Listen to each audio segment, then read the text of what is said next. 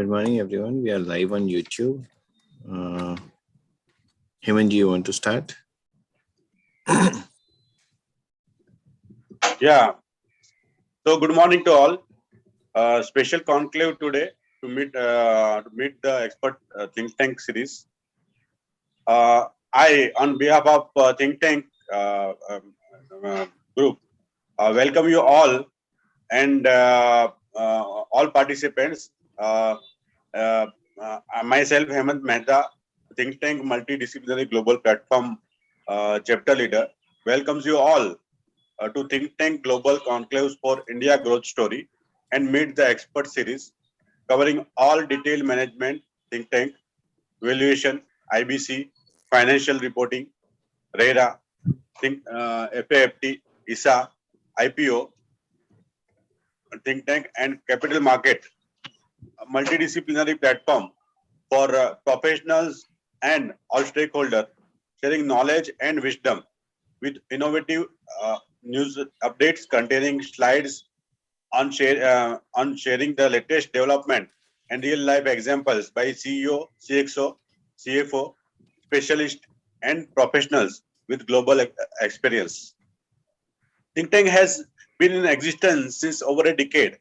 Idea conceived somewhere in January 1991 to have conferences conclave with CEO, CXO, CFO, panelists, and specialists sharing experiences and real life examples. Our panelists are finance leaders working in reputed companies or profession since many years and have deep domain knowledge.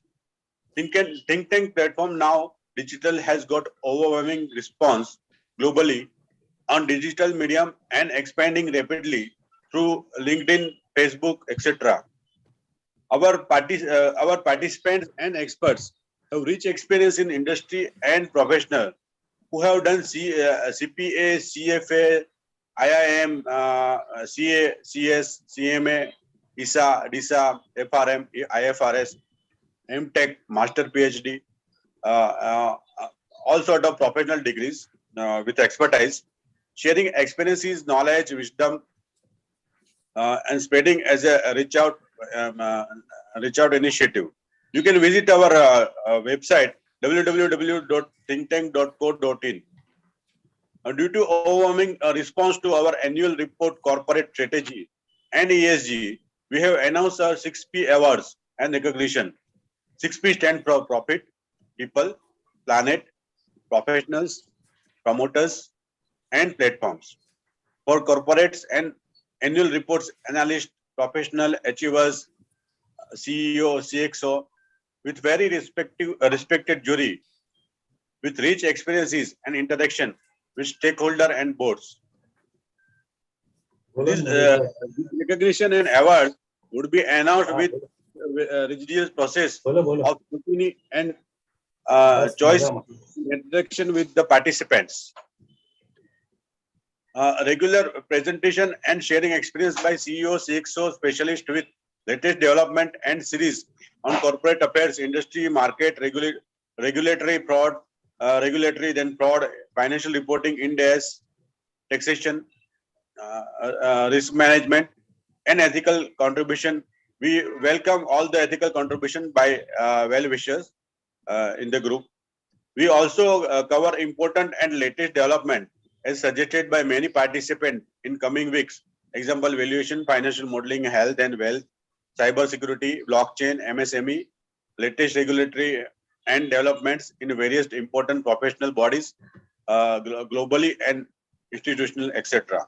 We request all to subscribe to Think Tank YouTube channel for watching summits, conclave, webinars, and join, connect, and network on Think Tank webinars group on LinkedIn and Facebook pages. We have also Telegram channels specially created on suggestion of many participants and panelists. We welcome all the members and panelists. I especially thank my colleagues in the digital global team, naming a few, Anupam, Aditya, Anurag, Archana, Ashwari, Dushyant, Falguni, Mitesh, Mihir, Malvika, Manish, Nipun, Pramod, Praveen, Rakesh, Ruchita, Kanan,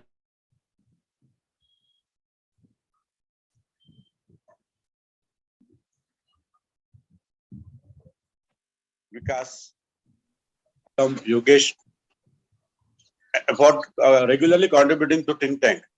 Today we have an excellent team think tank multidisciplinary platform seminar, stalwarts and specialists sharing experiences and latest development.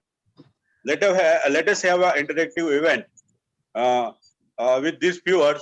I request Manojji to take over to this meeting. Manojji, over to you.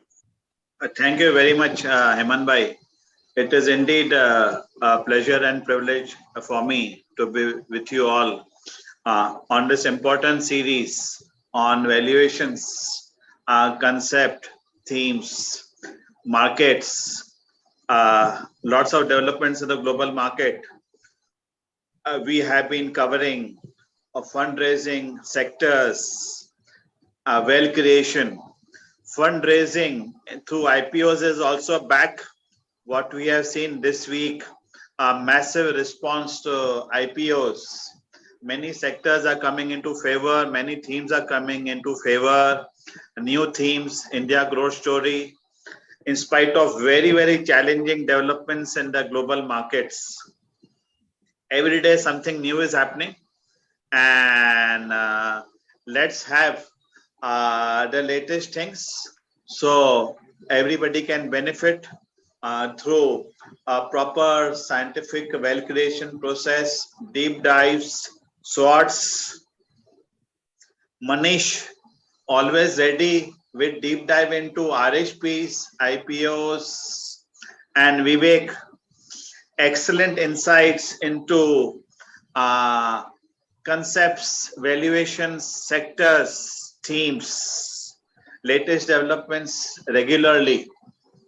So Manish, can we have a short presentation from you covering the SWOT of Harsha Engineers?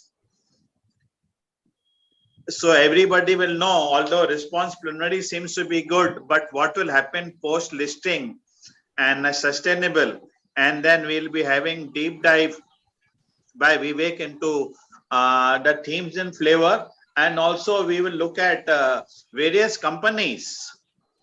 Through deep dive into any company, we can look at the data available, and based on that, we can have very good, healthy, interactive discussions as usual.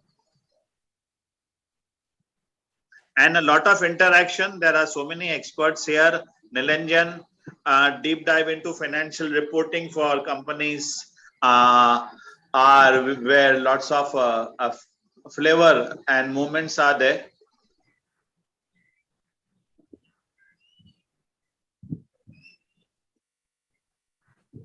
Shall we start? Hello? Yes. Yeah.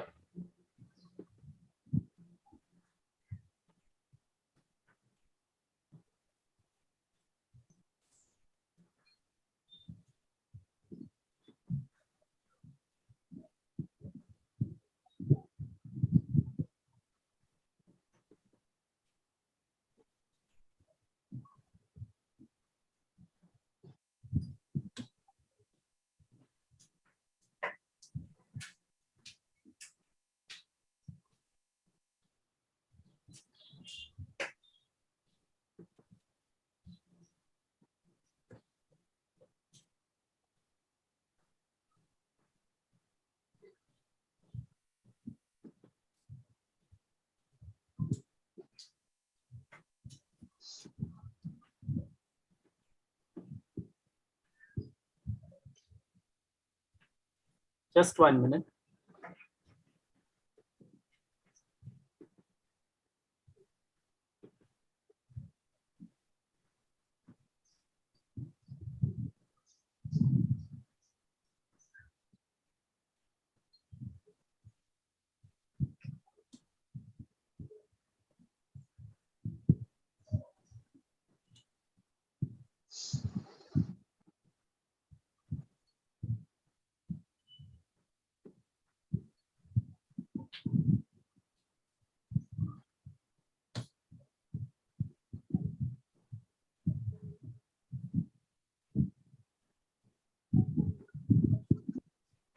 You can see the screen?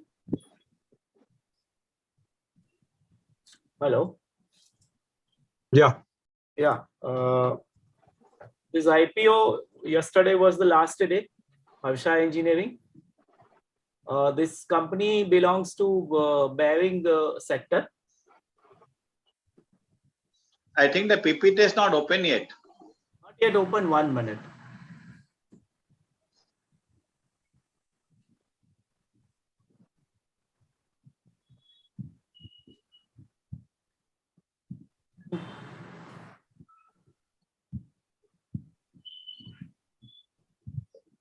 We'll reopen it.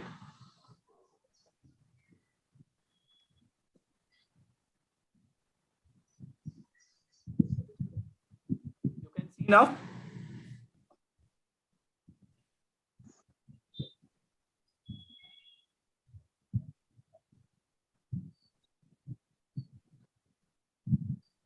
Can you make it full screen? How to do that? F5 control. So What is the command? F5 you can try. Yeah. Control F5. Not happening. Something is on the downside, no?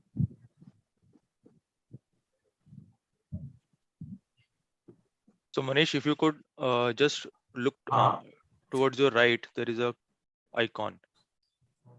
But now I think I lost that. Still you can't see. So if you would Still click it is on, small. Yeah. We can see Tell me. it, sir. On the right hand side. Manish, yeah, the second icon towards the right, just where your cursor is, correct. This is correct? Yeah. Okay. Okay. Right. So this is the IPO. Last 3 days was there. I think Wednesday, Thursday, Friday. Yesterday it closed with subscription of almost 57 times. This is our digital team details. This is our standard disclaimer, which everyone has to follow. This company, Harsha Engineers International Limited, based in Ahmedabad. And these promoters are two friends, basically. I've seen in Z Business, there are two friends whose name is Harsha. So HARSHA. They are in the business together since 1965. And now second generation has taken over the business. This company was actually incorporated in 2010. It's the largest manufacturer of precision bearing cages.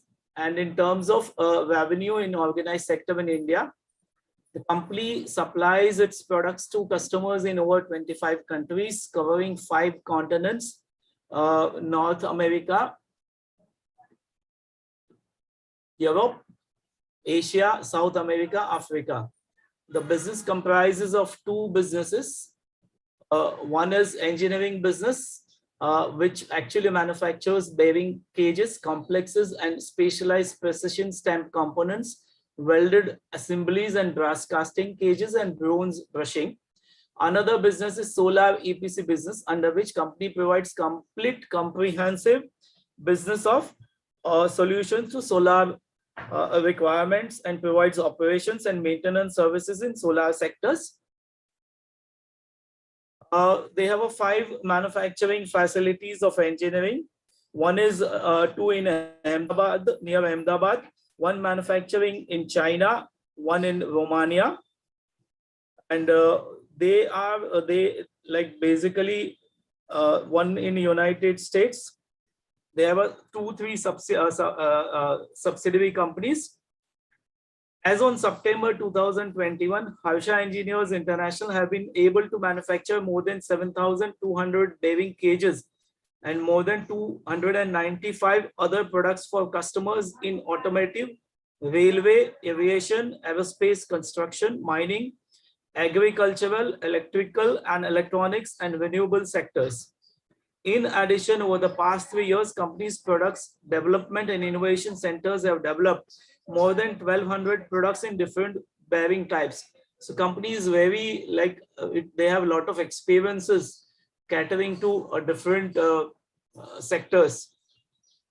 Their competitive strengths are comprehensive solution provider offering diversified precision engineering products across geography and end-to-end use industries, long-standing relationship with leading clientele, strategically located domestic and international production facilities and warehouses, expertise in tooling, design, development, and automation, consistent track record of growth and financial performance, strong, experienced, and dedicated senior management team and qualified workforce. Their IPO date was 14th September to 16th September. The purpose of IPO was to prepayment of certain existing borrowed funds. They have a funding, a capital expenditure requirement, infrastructure repairs and renovation of existing production facilities, including office premises in India. Their total issue is around 755 crores. Out of fresh issue will be 455 crores and offer for sale is for 300 crores. Pre-issue holding was 99% and post-issue holding is 74% approximately. Face value ₹10. IPO price is 314 to 330. Issue size 755 crores. Minimum order quantity, one has to apply 45 shares and apply 14,850. QIB shares offered 50%. HNI shares offered around 15% and retail shares offered are 35%. So if retail shares are around 35%, so there are chances if there is a good premium on listing, then people will basically sell the shares. The use of proceeds like this, prepayment of 2,270 crores. So basically this will help company reducing the interest cost of approximately 30-35 crores. How this global scenario of this industry? The global bearing markets was valued at $85 billion in 2015 and grew to $106 billion in 2019 at CAGR of 5.6%. Owing to COVID-19, since end of March 20, the bearing market contracted in 2020 due to decline in demand and supply chain constraints. However, the market grew at annual rate of 12% to $104 billion in 2021. So there is no growth between 2019 to 2021 virtually. The bearing market is expected to grow at CAGR 6 to 8% over 2021 to 2029 and is estimated to be valued at 171 billion. For next 5 to 6 years, it will, like 7 years, it will grow up to 171 billion dollars compared to in 15 years, it would be almost double. This is the summary of financials. Company is making profits year on year, and their current year fiscal 2022 EPS is ₹16. So performance wise, company is good. Company turnover in 2022 was around 1,300 crore and profit after tax is 91 crore. This is the segmental revenue. If you see that India, they are the revenue percent and outside India is 63%. Yesterday I was watching on television about this company. 63% revenue comes from outside India, which comprises Asia, North America and Europe mostly. If we see, there are a lot of issues in Europe, so there might be drop in revenues in Europe probably in coming years, and they have a facility in Romania. So there are chances that company may not be able to achieve what they are saying as far as Europe is concerned. This is the capacity utilization you can see that capacity utilization is around 61% in India, China 63%, and Romania around 80%. So the issue is basically China and Romania is the issue. India growth stories, there is no problem.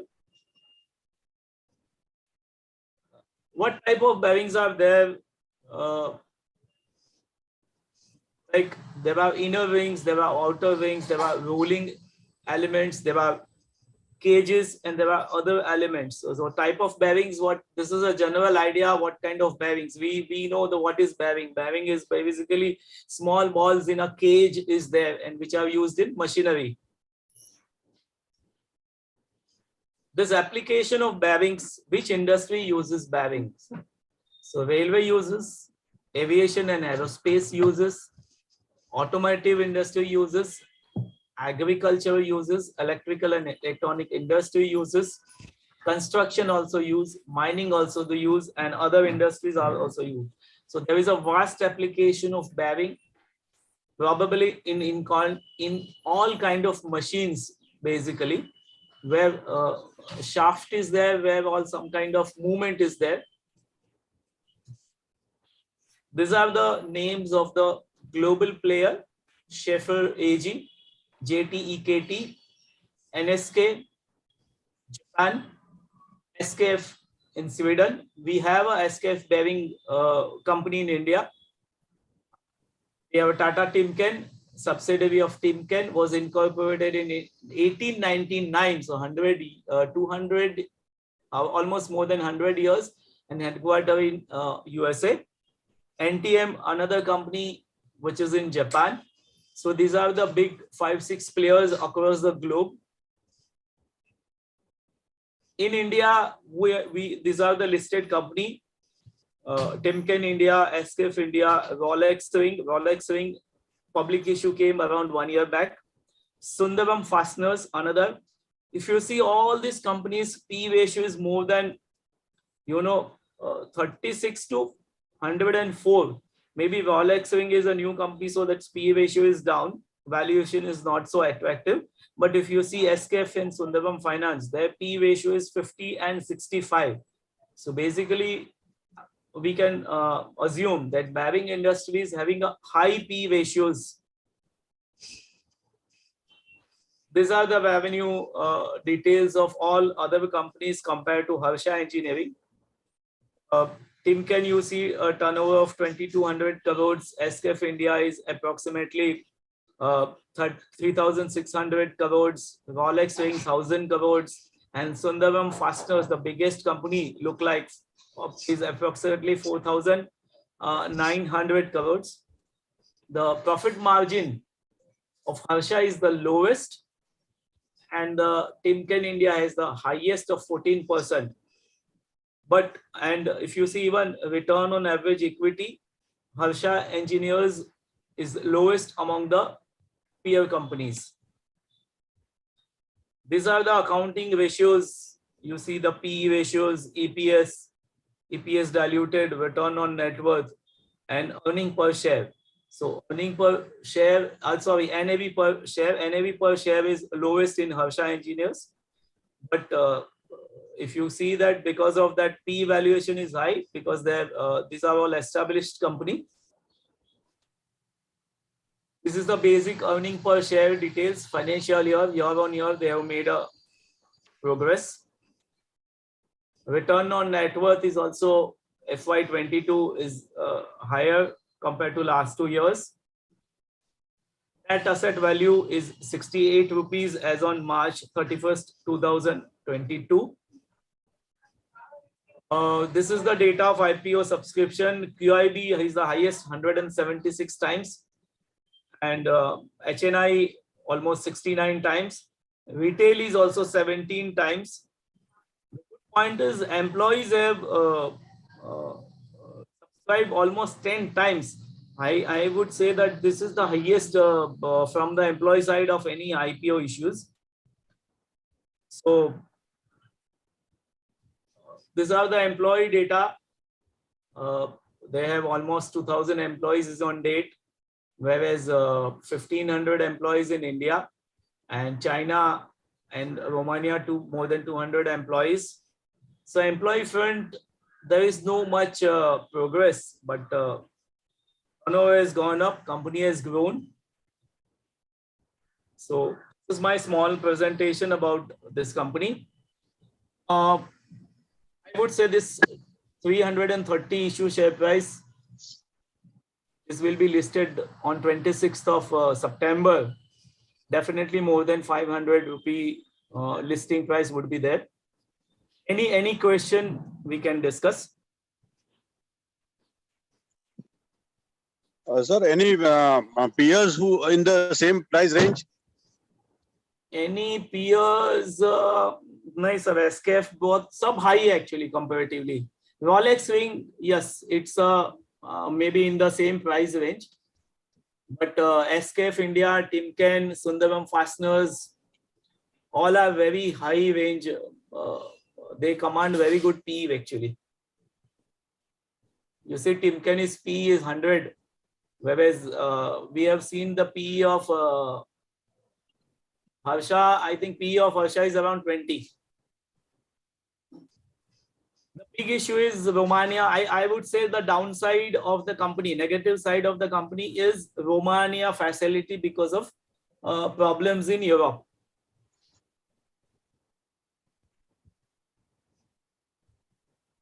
So yesterday, the share price of Schaeffler was a little bit down. And will it be extension for this company also, Harsha? Yeah, definitely. If you see last two public issues, Sigma and Dream Folks, they have done a very good debut because their share subscription, like their subscription was at very higher side. Definitely when market is down, it makes some difference. Okay. And next week, there is a US Fed meeting is there. Probably there will be, if there is a big hike, US Fed, if they do a hike of 0.75 basis, then there won't be much problem. But if they do a hike of 0.90 basis, then there will be a definitely problem in share market. But look like yesterday, if you have seen news, Modi was telling to Putin that please end the war. If some good news comes, market will cheer up. So it is a good company. We can keep it for a long time. Suppose if we got lucky enough to get allotment. It's a good company, definitely. Okay, thank you. Interesting thing to see here, the peers, particularly who are from MNCs, SKF Bearing, Swedish company, Tata's had interest earlier, and Tata Timken, both have created a huge wealth for stakeholders who have stayed with the company for a long time. Auto industry is cyclical. We remember SKF Bearing also went through tough times, labor issues, but it has been creating wealth year by year. Those who are held for decades, they have multiplied their wealth over 100 times. And Tata Timken also came, very specialized companies, specialized technology. Even the domestic companies, NRB, they have done very, very well. They get good valuations. And today we have been seeing auto industries in a sweet spot, particularly in India. But Europe, there are lots of issues.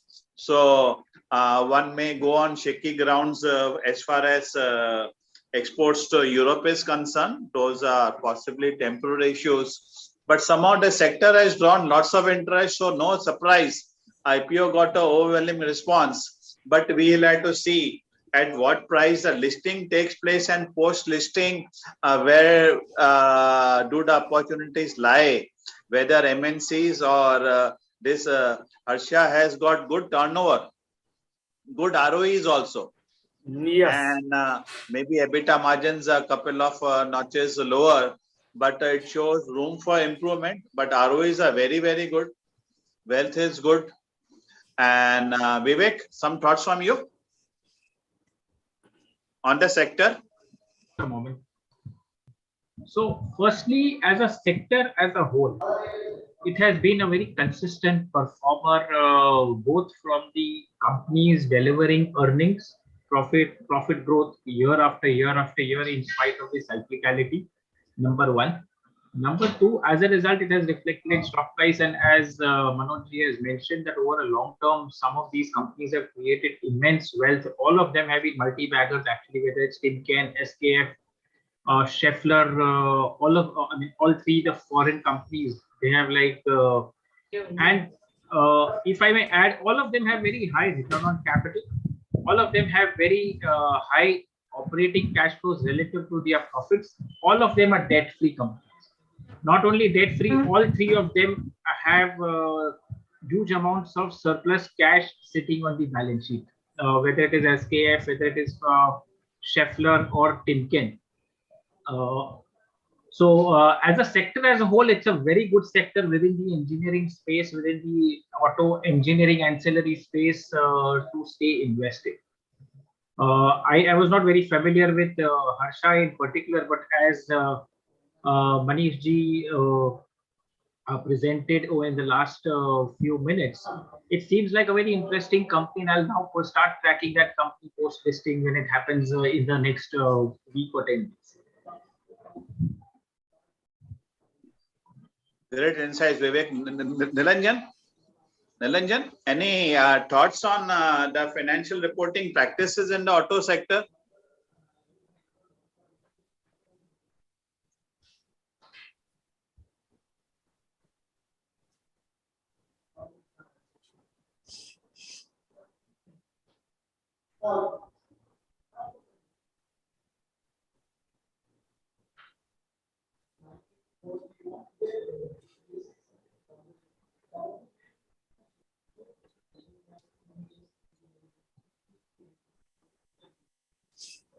Any red flags in the RHP financial reporting, Manish?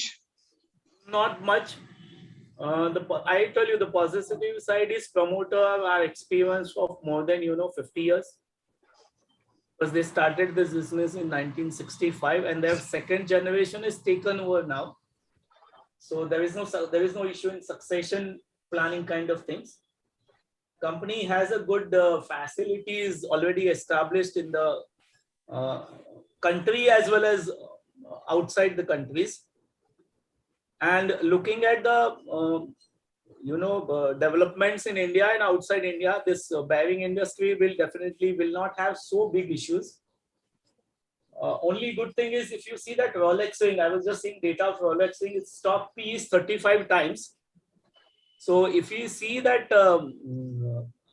if there is a good increase in revenue and profits of Harsha over the next 2 years, it will definitely command the price 100% more, like against 330, it will definitely command a good premium in the market in coming time actually. At this moment, I see one negative point is only Europe.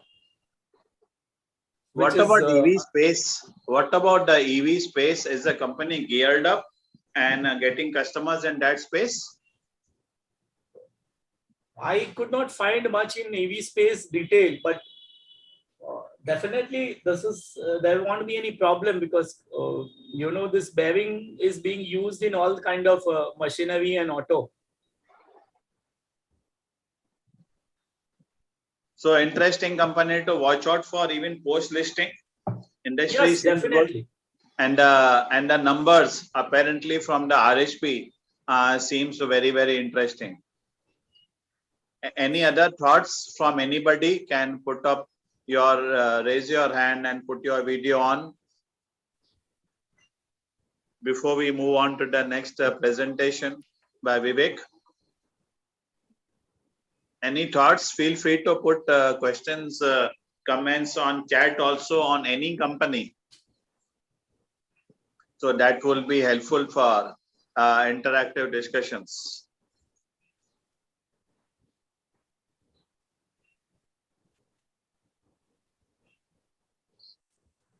So Vivek, you are ready with your detailed deep dive into valuations, concepts, themes? Oh yeah, sure. Yeah. So good morning, everybody. Thank you, the think tank series, Manojji, Manishji, and the entire team for having me for this today's session.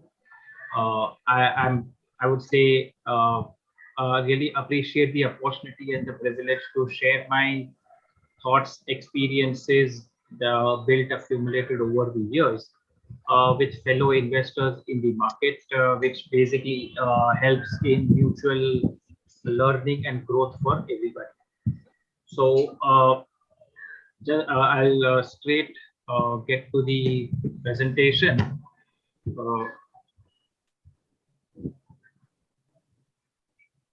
So basically, this is the I'll just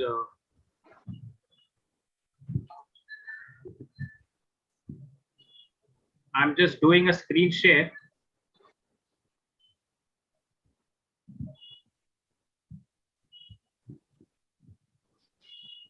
Yeah, is the screen visible? Is the cover slide visible? Hello.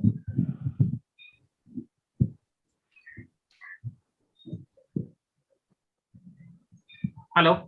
Yeah, I'm not able to hear anybody. We can see the slides. Okay, yeah, you can see the slide. So just a brief introduction about myself, Vivek Mavani. Basically, been in the markets, Indian financial markets for the last 27 years, both equity and debt. I have been an active participant in multiple roles over the years with a background in equity research, portfolio management, portfolio and fund advisory.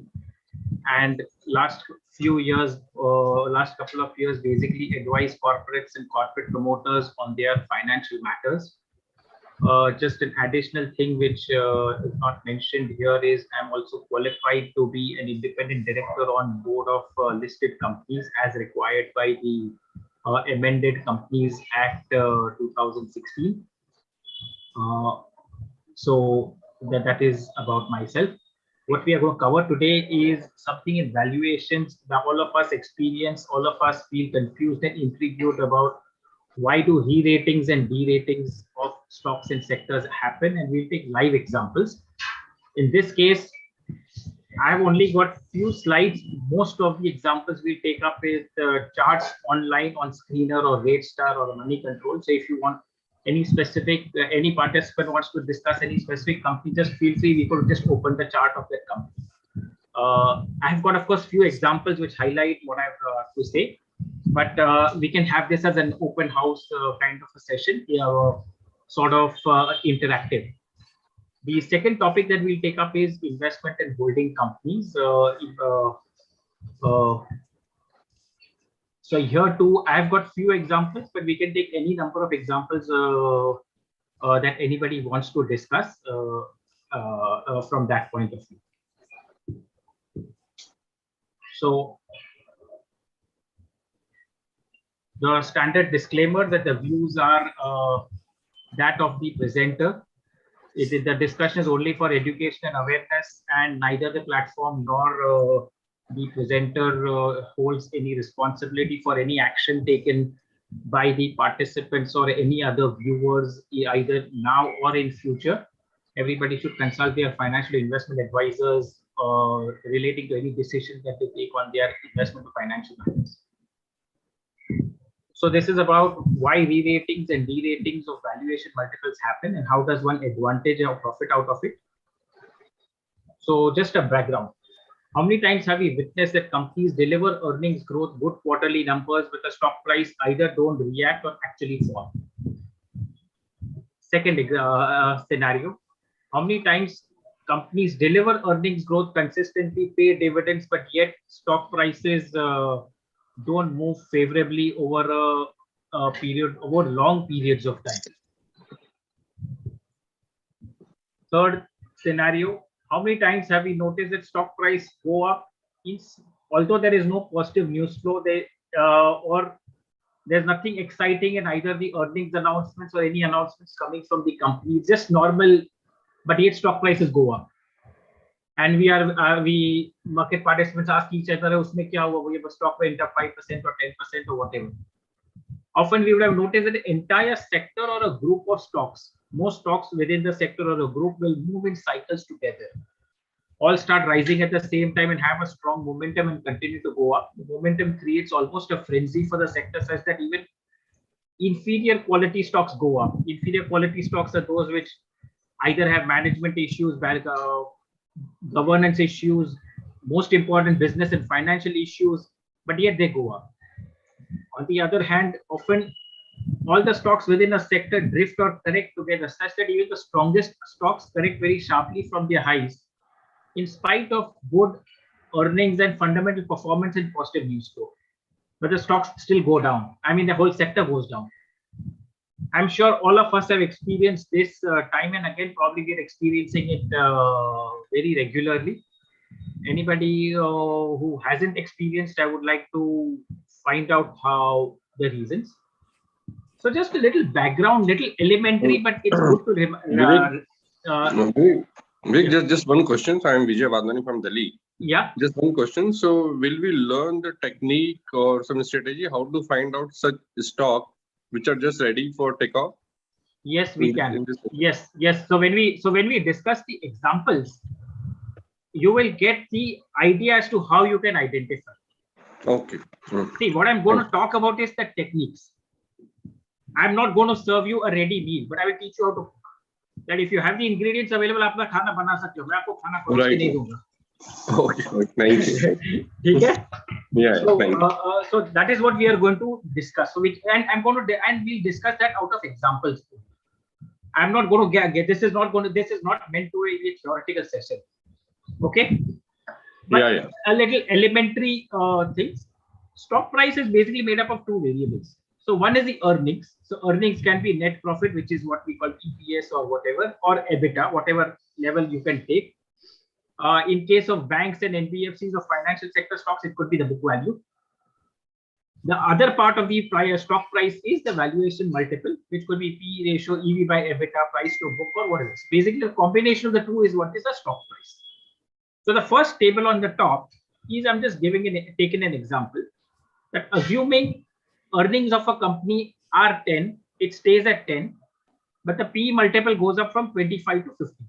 The stock price goes from 250 to 500. The stock price has doubled. Earnings में कोई ज़्यादा फर्क है नहीं. So which is what in the previous slide we mentioned, that there's nothing really happening in the company, but still the stock price goes up, and everybody's wondering, अरे इसमें क्या हो गया? A second scenario, which is a more normal scenario in a growth economy like India, where most companies are generally growing, even if they are growing at low rates of growth, but they're still growing. So say the stock price, say the earnings go from 10 to 12. The P multiple goes from 25 to 50 over a period of time, and hence the stock price goes from 250 to 600. So this journey of 250 to 600 is a combination of 20% earnings growth, 10 to 12, and expansion of the multiple. It could so happen, like I mentioned, that even inferior quality stocks go up, but what may happen is the earnings of a company actually fall from 10 to 8, and the P multiple still goes up. So hence the stock price actually really hasn't fallen. So you would say iska to result kharab hai, fir bhi stock price gira hi nahi. So this is an example that I'm referring to. In all of them, these are cases of re-rating. Re-rating is where multiples expand.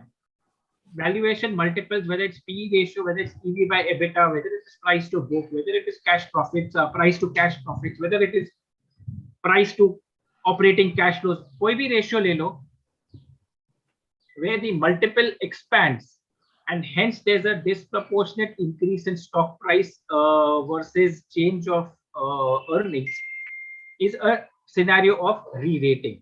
So now this can happen for the sector, it can happen for the stock, it can happen for a group of stocks which could be unrelated. Say an entire Godrej group gets re-rated, or an entire Mahindra group gets re-rated. So Mahindra and Mahindra bhi upar jata hai, Tech Mahindra bhi upar jata hai. The two may have no relation to each other.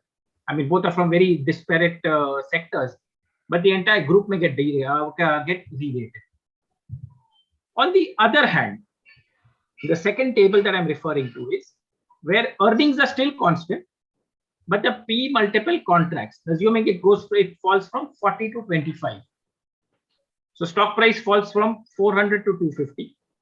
And there again, all of us are wondering whether stock price has been falling or in stock price has been corrected sharply. But it's because ज़्यादा फर्क तो पड़ा नहीं. I mean, it's business as usual. Life is normal. And yet, and hence, most of us again are confused as to why the stock price has fallen so sharply. The second example is earnings have actually grown. So we are talking of earnings having grown from 10 to 15, but the stock price has still fallen from 400 to 300, and as a result, the P ratio has fallen from 40 to 20. This is even more confusing because I'll come to that why this is even more confusing. The third case is where it often happens when business cycles turn. When I'm talking of business cycles, I'm also referring to economic cycle where there's actually a sharp fall in earnings. So the third example I'm taking is where earnings have actually fallen, and it has happened simultaneously where even the valuation multiple has fallen from 25 to 15. And hence the fall in stock price is much sharper, 250 to 105, which is almost like 60% fall in profit, fall in stock price, I'm sorry. And this is something which we notice in most market corrections, especially in small and mid caps. So you see the valuation multiples contract much sharper during a corrective phase. So what we are saying is re-ratings is when multiples expand, de-rating is when multiples contract.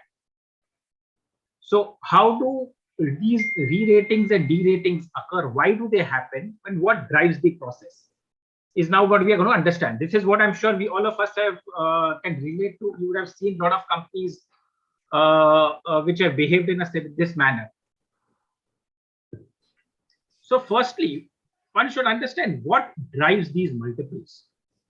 So multiples are basically driven by, it's a very subjective thing, whether a stock should be at a PE of 20 or whether it should be a PE of 100 is a very subjective thing. Like Manish Bhai a while back was mentioning about the bearings, that the Timken trades at 100 times earnings and Harsha is coming out an IPO at 20 times earnings, and Rolex rings, which had an IPO last year, is traded about 35 times earnings. All others are somewhere in between, whatever, 40 times to 100 times. So the whole thing is a very subjective thing. So basically, it's all about perceptions, and how perceptions change and evolve is what plays a significant role in the multiples and in the markets. But what matters over a medium to long term? So the parameters that I've listed out. So most important thing is growth. The growth is about potential and future. It could be about fundamental shifts, economic shifts, and stuff like that, which could result in change in growth rates, a very sharp change in growth rates. The quality of growth, sustainability of growth, and consistency of growth. So the growth itself has got 4 dimensions to it from that point of view. Second aspect to that to these valuation multiples is profitability and capital efficiency. So capital efficiency, we are referring to return on equity, return on capital, and stuff like that. So companies which have higher return on capital and higher return on equity will have higher multiples compared to other set of companies which have lower ROC and lower ROE. Same is for growth. Higher growth companies, companies with higher growth rate will have higher multiples. Companies with lower growth rate will have lower multiples. Cash flows and free cash flows, dividends and dividend payouts, interest rates. So interest rates is an inverse relationship, and extension of interest rates is liquidity in the financial market. So what we know is last 15 years since the global financial crisis, or even earlier, over the last 20 years since the Alan Greenspan was a Fed chief, there has been huge amount of liquidity created in the global financial markets, which has generally led to markets being buoyant and multiples having risen. Interest rates have been low. So because interest rates are low, the multiples have been high. And what we are now seeing is the reverse of that, that a rising interest rate scenario globally, including in India, coupled with withdrawal of liquidity or relatively low liquidity compared to the past, affecting the valuation multiples. Along with all of that, the bedrock of all this is the quality of the management, which is reflected in the quality of the fund financials. So good quality management will deliver higher growth. A good quality management will deliver higher return on capital and return on equity, will deliver higher cash flows and also pay out higher dividends. The second aspect, which is also the bedrock, is perception and reputation of the business and the management. So business, and we are referring to the sector, and the management we are referring to is obviously the company and the promoters, and so that there again, not much needs to be elaborated. We know enough managements who have a good reputation. We know enough managements who don't have a very good reputation. So multiples have a direct, but not necessarily a linear relationship. So in the sense, it's not a plain arithmetic, but it is a direct correlation that if something is better qualitatively, the multiples will be higher. So this is the conceptual aspects as to what drives the multiples. So now we are going to just for a few minutes before taking the examples as to how does it play out in the markets. So say a stock or a sector catches fancy. So first, the smart money would have started buying and accumulating, either based on inside information or expected improvement in performance or whatever the case may be. There is positive news flow in the media, and hence momentum builds up. Markets. So as a result, in the markets, disproportionate liquidity flows towards the sector or the stock. If there are enough analysts giving out buy recommendations on in the media, there are enough brokerages coming out with buy reports and so on and so forth, which over a period of time creates a sort of a frenzy that the sector or the stock almost reaches a point of overvaluation or euphoria. This is how the whole process of re-rating happens over a cycle. It's not something that happens over a few days. This happens over few months to few years. It may take 5 years also, it may take a long time, but this is how the whole cycle moves. At some point of time, at over valuation of the euphoria stage, profit booking starts. So smart money would have started withdrawing. Stock prices start to drift. Drift is not necessarily fall, but they may just stay in a range at higher level, or they may just gradually be grinding. Momentum fades away, and there is a gradual withdrawal of liquidity from that stock or the sector. Often this also coincides with negative news starting to come. Negative news first could be the growth rates are lower, profit, the management gives an outlook which is not very exciting. Profit margins would have taken a sort of impact, which results in stock prices beginning to correct, while companies may still deliver positive financial performance. So the growth rate would still have been there, but with higher earnings growth, the stock price is either not moving, or it's either stock price is falling while the profits are rising, which results in multiples contracting over a period of time. This is how the derating cycle happens, and this also happens over a cycle. Typically, we would have seen that derating happens much faster than re-rating. Re-ratings takes much longer the cycle to play out. Derating cycles play out much faster because a few sequences of negative news and the stock price correction would have been much sharper. While typically we have seen that stock prices take longer to rise, but for a correction to happens much faster. So just like yesterday, Sensex fell 1,000 points, but for 1,000 points to go up probably will take 3 or 4 days. So same happens with the valuation multiples also. So these are some of the interesting examples that I'm going to take up across sectors. So we are going to take some examples in consumer space. Defense companies are now in sort of a huge amount of excitement and interest among market participants, and that's come suddenly. So what I'm going to do is I'm going to move to the screen share continues, but I'm going to take the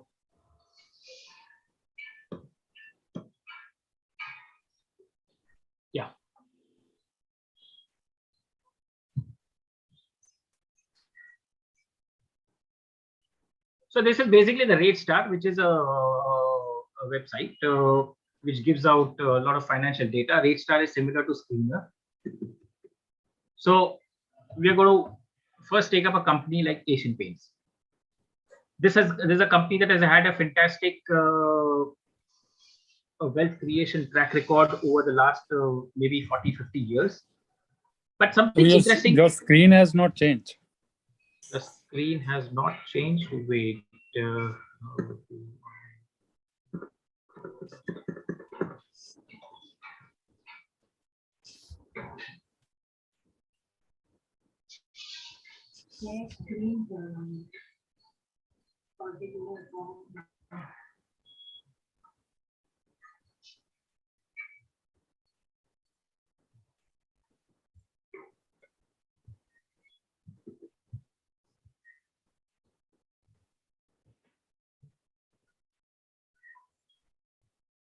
Just give me a minute.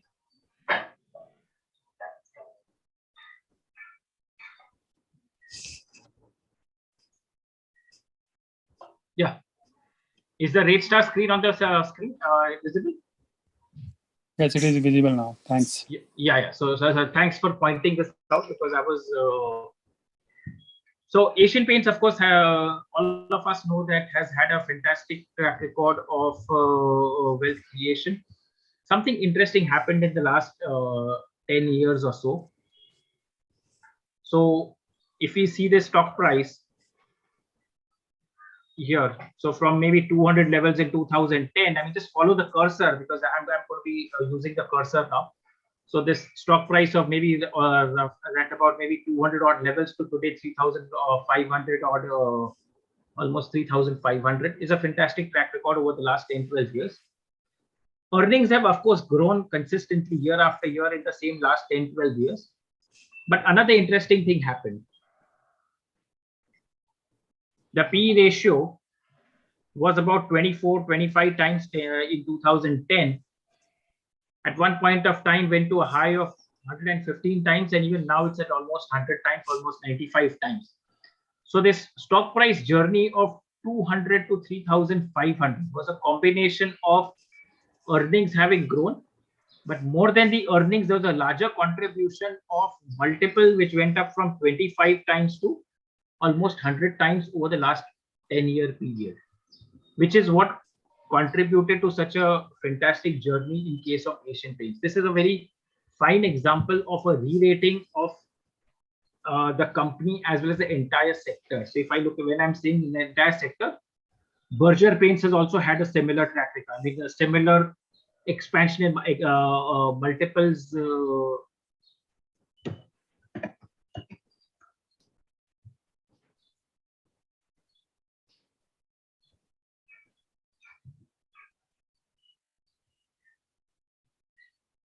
So here we look at Berger Paints, the same period, from about maybe 24-25 rupees. So it had gone to almost 800 plus, and even now it's about 650, which was a combination of earnings growth plus almost about 10-20 times. I mean, this used to be about 20 times earnings into 2010-2012. It went to almost at one point of time almost 150 times earnings, but even now it's about 60-70 times earnings.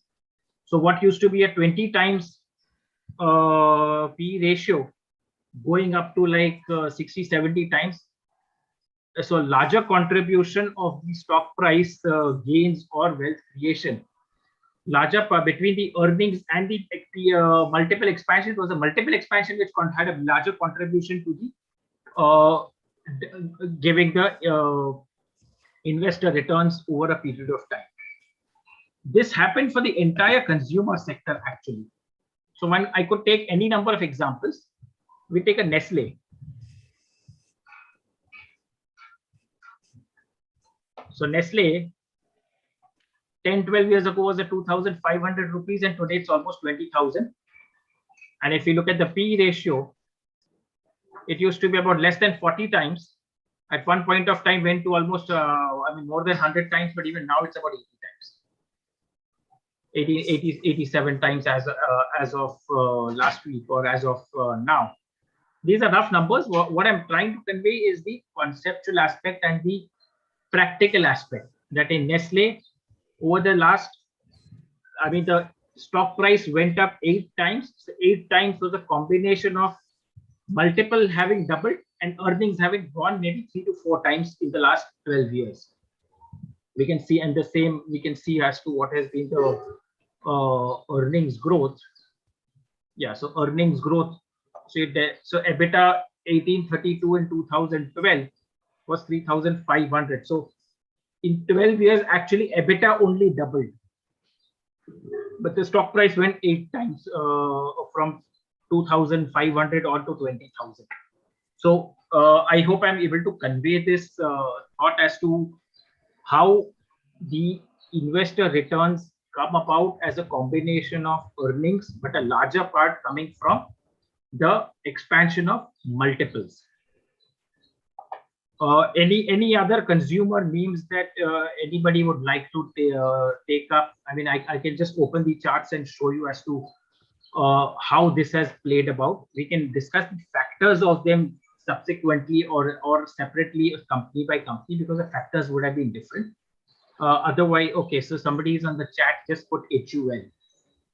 Vivek, also take ITC. Okay, ITC is a fantastic example. It slipped my mind. Thanks, Manoj Bhai, for bringing out ITC, because ITC is a case of a derating and a re-rating, both haven't happened in the last 10 years.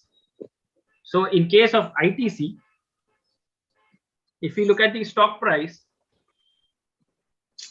it was 336 in 2017, and even now it is 336 after 6 years. So one would say, in 6 years, nothing has happened in the company. One could actually say that. In between, this 336 had fallen to 160, 154. This is a low point, but 150, 160 also it had fallen. So as far as the ITC's P ratio is concerned, for a long time, it used to be quite steady. The P ratio peaked out at about 40 times in 2017, when the stock price peaked out at about maybe 330, 340 in 2017. It fell to as low as 13, 14 times. It is not that ITC had not grown in the same 5-year period. 2017 to 2022, company continued to grow profits, company continued to pay out larger and larger dividends.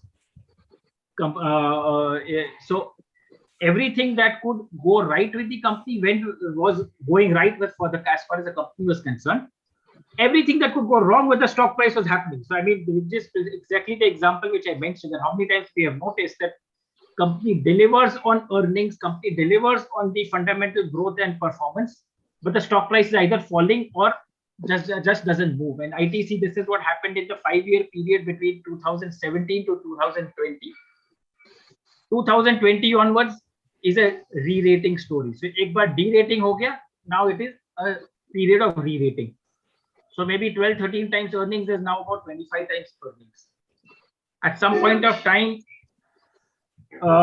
even the dividend yield of the company was more than 6%. When the stock price was 150, 160, if I remember correctly, 2 years ago, the dividend yield itself was 6%. So, which is what we were referring to as the stock was so ridiculously undervalued because of this de-rating for various reasons and for all the abuses which the management has taken. But now, of course, things are going right for ITC stock price and for the investors. Any other stock that one can look at? After liver, take Patanjali Foods also. That is in the news and in a very high growth phase. At least talking about big targets in terms of business. Yeah, so before that, HUL was mentioned in the chat. So HUL is a story similar to Asian Paints or Nestle. Stock price has obviously done very well, from gone up 10 times, more than 10 times. P ratio in the same period from about 27, 30 times to almost 80 times at the peak. Even now it is about 65 times. So this 10 times stock price was a larger part of it came from the expansion of multiples. So obviously earnings growth played a role, but the larger part came from the expansion of multiples. Patanjali, I will take up. We'll discuss that. Patanjali, the trouble will be we can't have any charts because it's got a history which is very different. Change of management 2 years ago and so on and so forth. But we'll discuss that separately. So another company that I'm going to, another stock that I'm going to take up, which had a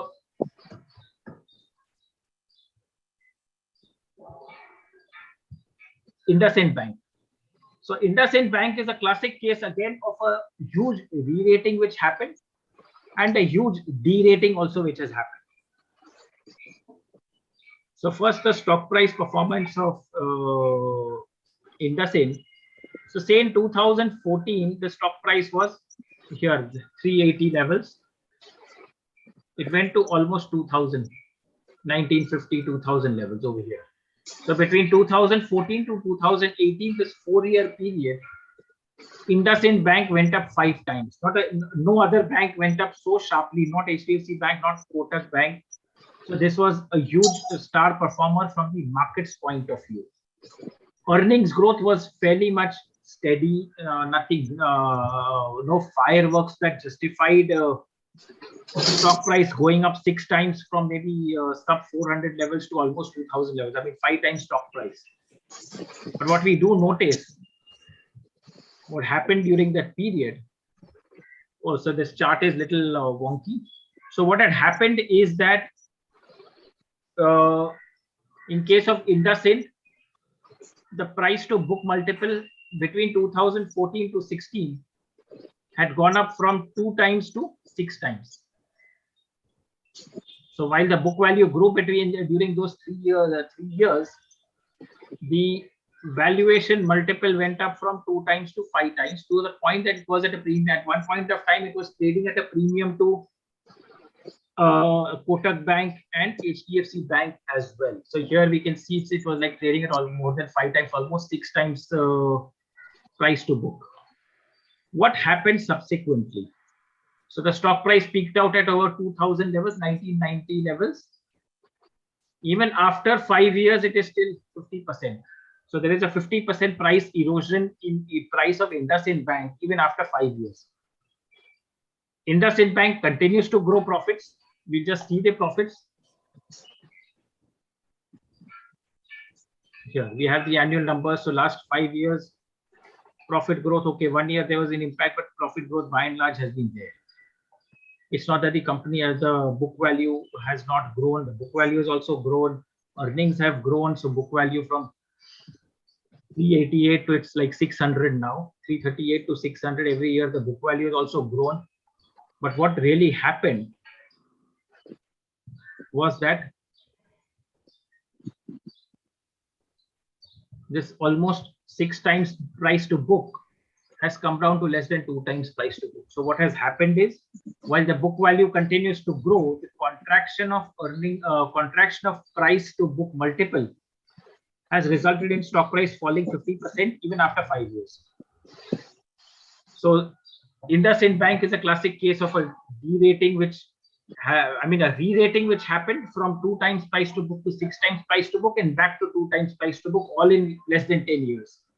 So this is also like ITC. Re-rating bhi hua, de-rating bhi ho gaya. Now things are maybe life is normal.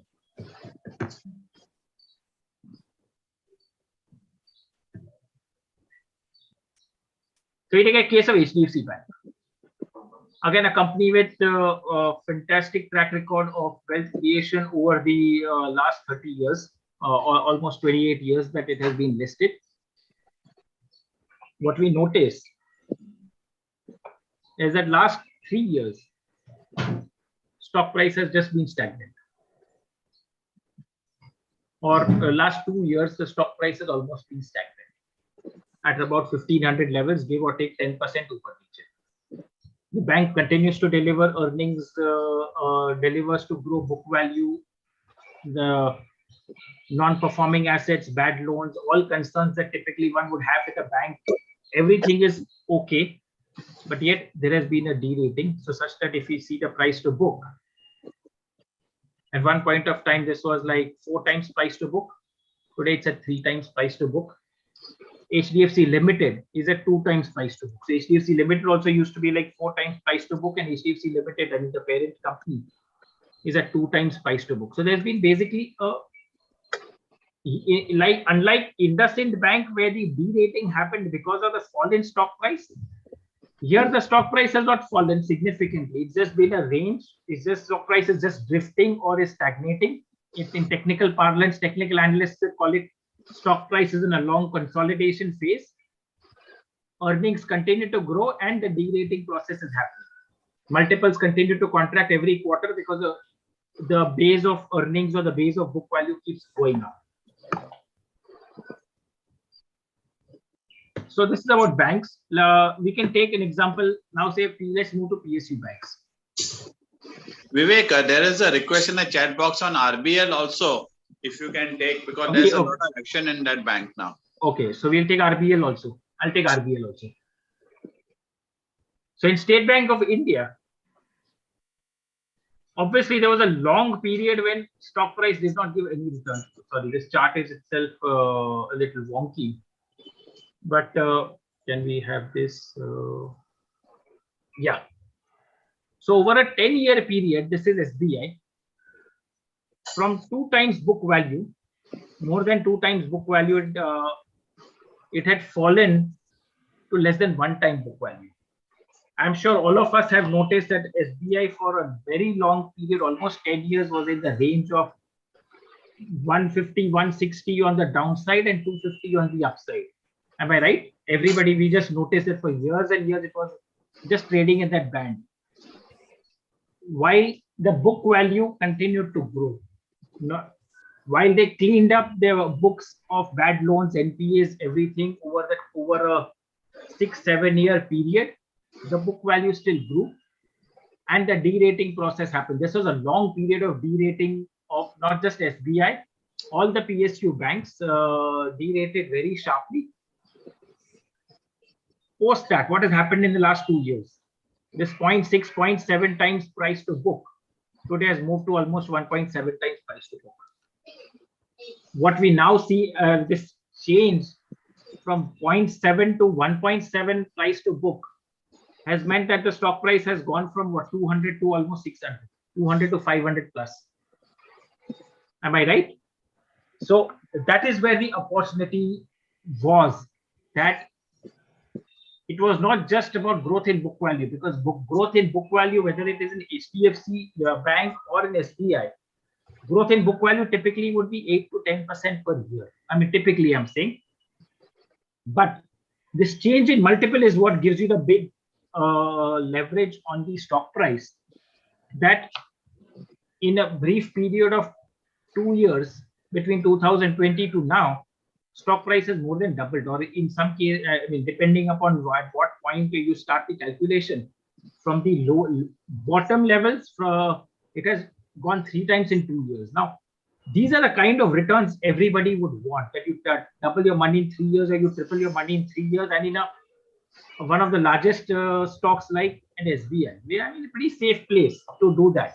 But depends upon where in the cycle you enter. I mean, if you entered at 2 times book value and then you're hoping that it's going to double in 3 years, it's unlikely to happen. Yes, if you're buying it at 0.5 or 0.6 times price to book, and you know pretty much that, I mean, if you're tracking the fundamental performance, you know pretty much that much of the cleanup has happened. It can't get worse from here. Then you can play the re-rating story. Now, I'm going to still continue with few examples and then come to a gentleman who asked, how do we identify the takeoff phase, or how do we identify when this process will happen? Presumably, the gentleman is also asking that at what point of time ki SBI abhi 200 rupees se abhi to take off ho raha hai. I'm sure that was a question in his mind, because it is stayed at 200 or 220 levels, or between 200 and 250 levels for almost 7-8 years, at what point of time do you buy at 200? So that is what we'll come to subsequently. We'll take some more examples.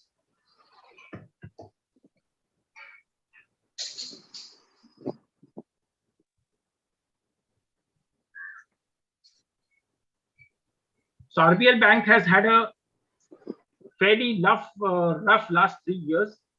It had a very good IPO, very good listing. Post listing, it was very good price performance also. But from almost 700 levels, 690, 680, 690 levels, this is a sharp fall. This is a stock price, sharp fall almost 200 levels.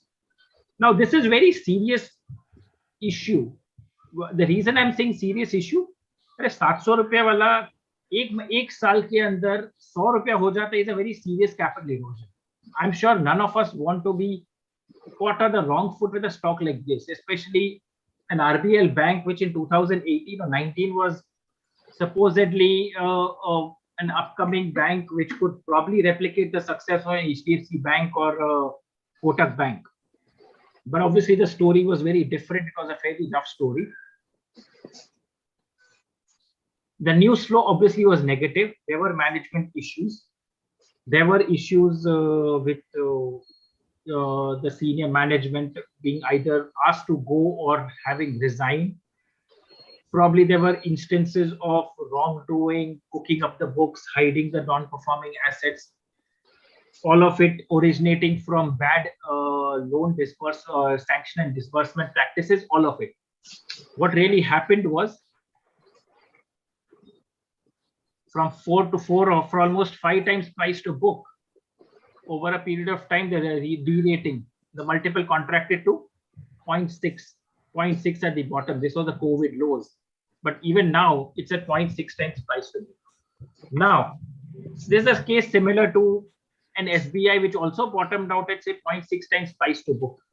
Is it worth buying at these levels? The answer to that would be, is everything right with the bank now? Is it that the books have been cleaned up? There are no management issues. If the answers to all of that, I mean, if it ticks all the check boxes correctly, then maybe it is an opportunity. Otherwise, I don't really know, because my knowledge about RBL and my ability to judge whether everything is now right with RBL or not, my knowledge or my capability is fairly limited. But if anybody has insights for this, it requires a deep dive into the earnings of RBL, what the management has to say quarter after quarter. Are they walking the talk? That if they say that, oh, the books have been cleaned up, no further write-offs, it should actually mean no further write-offs. ऐसा नहीं कि ये quarter बोल के no further write-offs and next quarter there are further write-offs. So that should not happen, because that is in SBI, that is actually that happened. That when they said the books are cleaned up, they actually, the provisioning at one point of time had peaked out, and reversal of provisioning, aggressive provisioning done earlier had also started. Aggressive recoveries of bad loans had also started, which is what led to SBI from 0.6 times price to book to going up to 1.5 or 1.6 times price to book. Otherwise, SBI abhi bhi 0.6 ही रह जाता. But fortunately, in SBI, things turned for the better.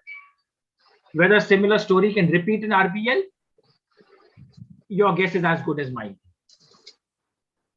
So we move to another sector, say I'll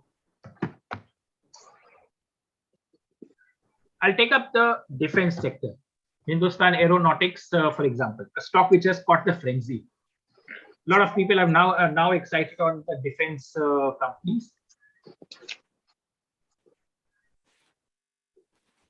So this is a company that got listed in 2018. It got listed at 1,000 rupees and the stock price became 500. Actually, so this is what they got. It got listed 1,100 rupees and it was 500 rupees. During the same period, so 2018 से लेके 2020, if I were to look at the numbers here, so this column is 2018. 1987 profit had become 5,000 crores in 2021. almost profit of 2.5 times in the 3-year period between 2018 and 21. So stock price from 500 is now 2,500. It's gone 5 times in 2 years from the COVID lows. What is it that happened in HAL? From a derating which happened first. So yeah, so from about 16 times earnings, it had fallen to like almost 6 times earnings. So this process, this phase was a derating phase, and the subsequent phase, last 2 years, has been the phase of re-rating. So derating was because generally nobody was interested in PSUs. Everybody has a bias against the PSUs. All PSUs are bad. They don't create wealth and so on and so forth. HAL proved everybody differently that this is a company that can deliver sustainable earnings growth year after year on back of huge order book, the order book itself coming from Government of India, which has increased the defense spending and domestic sourcing of defense equipment and fighter planes and so on and so forth. Hindustan Aeronautics makes fighter planes and helicopters and supplies to the Indian Air Force. So this is the company that changed the perception of the sector itself.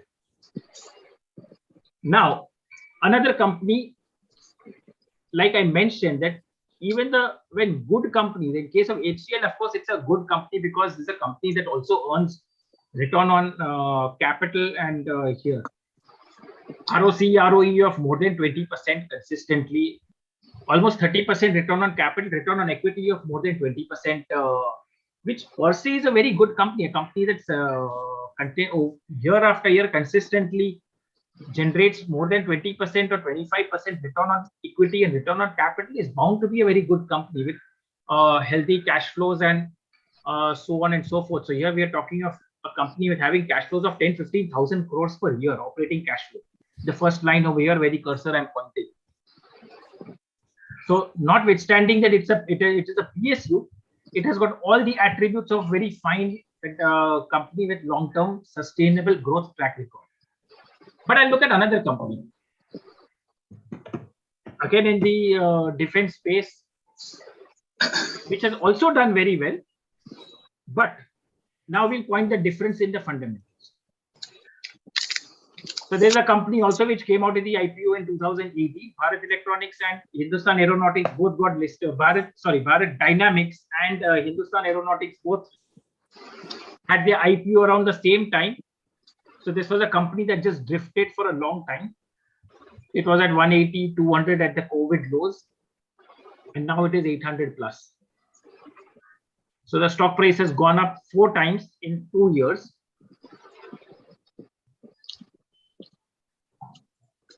The P multiple from lows of 8 times is now almost 30 times. So in case of Bharat Dynamics, 150, 160 stock price, I mean, going 5 times is a combination of the earnings itself going up, is a combination of multiple itself expanding. Because if I see the numbers in terms of profit numbers, here. So 5 saal pehle it was a 500 crore profit. Even now it is 560. In between, so there's a fall in profit. Whether it is an EBITDA, 620 crores 5 years ago, now it's 800 crores. But this is a company that has not really delivered on performance. There's hardly any growth in 5 years. This was 4 years ago, 742 crores profit, or now it's 791. So there's hardly any growth. In spite of growth not being there, the stock price has gone 4 times or 5 times from 150 to 850 levels. Simply because earnings the price valuation multiple has expanded. Earnings growth is mein hai nahi. I hope I'm trying to convey the product. Unlike Hindustan Aeronautics, who in 4-year period had their profit go 2.5 times, Bharat Dynamics profits are stagnating, but the stock price is still gone up. Now the question is, if there's a correction in the sector, what will correct faster and what will correct, okay, what will stay down? Quite likely, Bharat Dynamics will correct and niche reh jayega. Hindustan Aeronautics will correct and bounce back because it has a solid earnings growth story. Bharat Dynamics' earnings growth story is like not visible. It's been 4 years the company's been listed and it's had a sort of a, I would say, disappointing earnings growth story. So this is what I was referring to, that when there's a frenzy in the sector, in defense sector, there's a frenzy, good, bad, ugly, everything goes up. That time it doesn't matter whether you picked up the best stock or you picked up the worst stock. But the difference is that you are, if you picked up a not so great, high quality stock, it still went up. When exiting, the stock is of prime importance. Like in case of IndusInd Bank. IndusInd Bank correct hua to upar hi nahi aaya. Even after 5, 6 years, it is still 50% lower. And so somebody who, for unfortunate reasons, would have entered at 1800, 1900 in case of IndusInd Bank. I mean, they can only hope and pray that unka price aayega and they can exit the investment in a profitable manner. It is unlikely to happen in the near term. But in case of an HDFC Bank or in case of an ITC, where a derating happened and then a subsequent re-rating simply because there's earnings growth, underlying earnings growth story has been fairly strong. Similar case, if I were to look at another company which has had a very ugly track record of eroding investor wealth. So Coal India. So this is the stock price performance. It was listed in 2010, late 2010. It was listed at 300. After 12 years, it is still at the same level. So the peak was 400 in 2011, and even now it is 330 rupees. This has always been a dividend yield stock. Even when any time in the last 10, 12 years, this was always a minimum of 5-6% dividend yield. Now, at some point of time, it was a 10% dividend yield stock. So if we look at what happened over here, sharp derating, that from about 22 times multiple, it fell to low of 4 times price to multiple. Price earnings multiple to 4 times, and that is also the period when the dividend yield was 10%. That 15 rupees dividend 2 years ago, and stock price was 150. The stock price was 150 even last year. 2021 maybe it was 150. So this is a case of a massive derating over a 10-year period. Now, little getting the re-rating journey has started. The reason I'm saying re-rating journey has started because the dividends are increasing. So it now has 3 years of third year of increasing dividend. Is a company that generates massive cash flow. Yeah, massive is not a word for it. Probably the only other companies that generate this level of cash flows, absolute number I'm talking about, are probably only TCS, the Infosys. Last year, operating cash flows of 41,000 crores. I mean, this is a staggering number.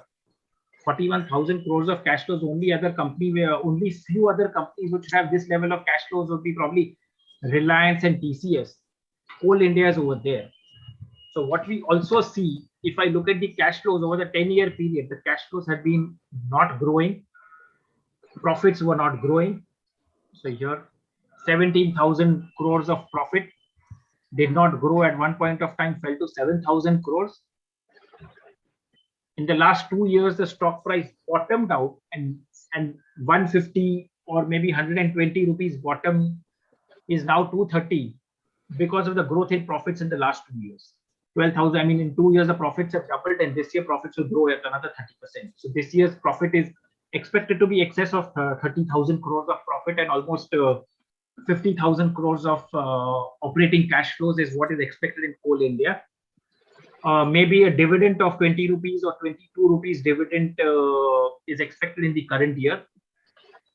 So it still continues to be a very attractive dividend yield story. I mean, almost 8-9% dividend yield story. So so this is another illustration of the gentleman who asked me that how do we identify the takeoff phase?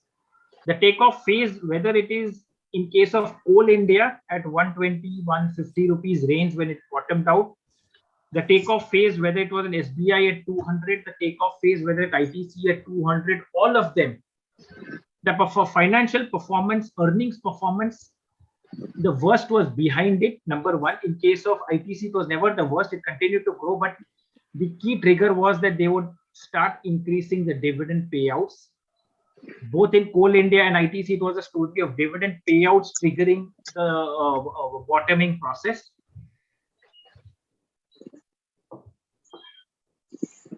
Yeah. So I'll take some more examples. In between, anybody can feel free to ask for companies. We'll take those up over here. Regarding NMDC? Okay, we'll take up NMDC also. So here I've taken Indraprasth Gas.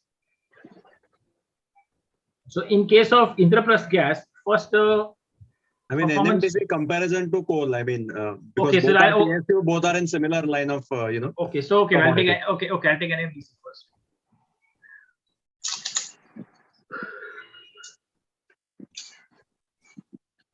So NMDC again, over a 10-year period, massive wealth erosion. The stock price is there in front of you. It used to be a 500 rupee stock and fell to 50 rupees, or 60, 70 rupees was the low points. So here again, it was a case of profits not rising, and typically everything that one associates, or typically all the negative points one associates with the PSU. What happened subsequently? So first we look at the fundamental performance. What really happened in NMDC was over here. I mean, you'll see the cursor, 6,000 crores profits doubling to 12,000 crores in 2 years, driven by the commodity upcycle in iron ore. NMDC is an iron ore company.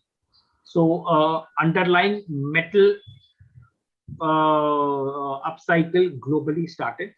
All of these companies have huge operating leverage. That commodity companies, at incremental price becomes an incremental profit at before tax, because the cost of mining and cost of producing the output doesn't really change, barring inflation and their labor contracts and price. I mean, the labor wage revisions that they need to do every year. But otherwise, it's a fairly steady thing in case of mining.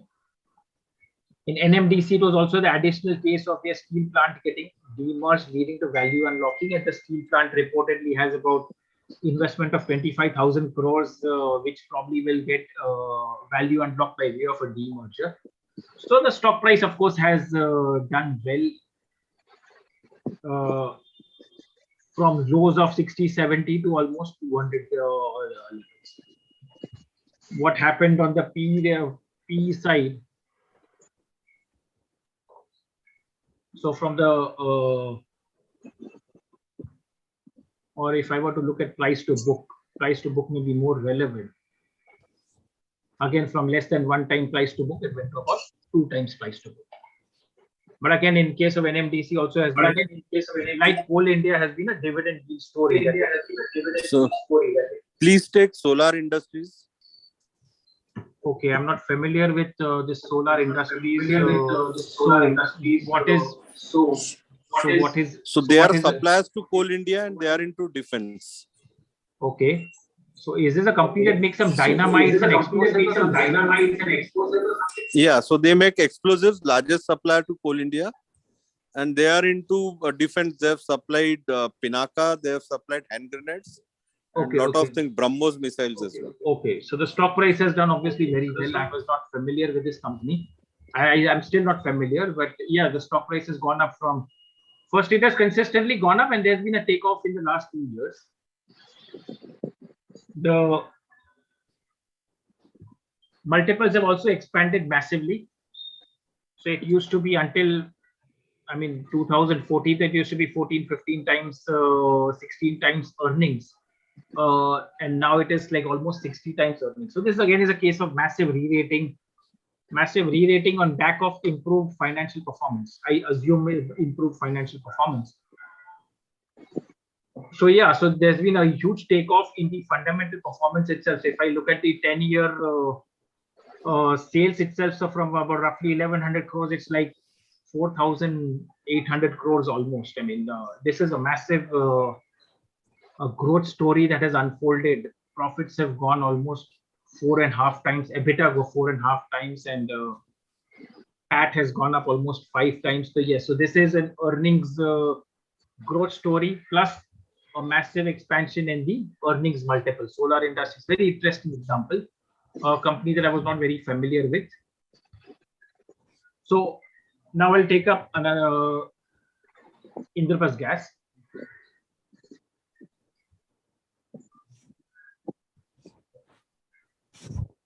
Now, in case of Indraprastha Gas, what has happened is, so if we look at this period, stock price has again been stagnating. Stock price also fell from a high of almost 600 to less than 400 in the last 1 year or so. What really happened? So for that, one needs to also see what happened prior to. So prior to that, say this stock price was about in 2014 was about 50 rupees, 50 went to 600. So that's 12 times in 6-year period or 7-year period. Now that's a very fantastic return. 12 times. All of us are seeking multi-baggers, and these multi-baggers happened right in front of us. Very well-known companies, very well-tracked companies also. But if you look at 12 times stock price growth, but between 2013 to 2020, profits had only doubled. Profits had only doubled. So here is 760 2013 profit. 2020 was 1,500 crores. So actually, it was only the profits doubled in the 7-year period. But what happened on the PE front? It went to almost 40 times earnings. EV by EBITDA probably will do better. This chart is a little wonky, but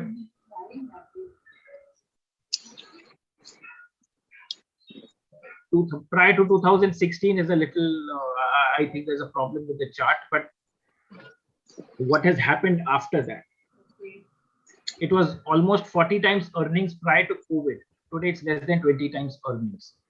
And in the last 2 years, what we have seen, profits continue to grow. Last 2 years over here, 1,400 crores has become 2,100 crores. So in 2 years, profits are up 50%, 50% growth in profits, but the stock price has fallen 30% from 600 levels to 400 levels because of fall in multiples. Your 40 times earnings has come to less than 20 times earnings, about 17, 18 times earnings. So again, a case of de-rating for Indraprastha Gas. If you look at Mahanagar Gas, it's a similar story.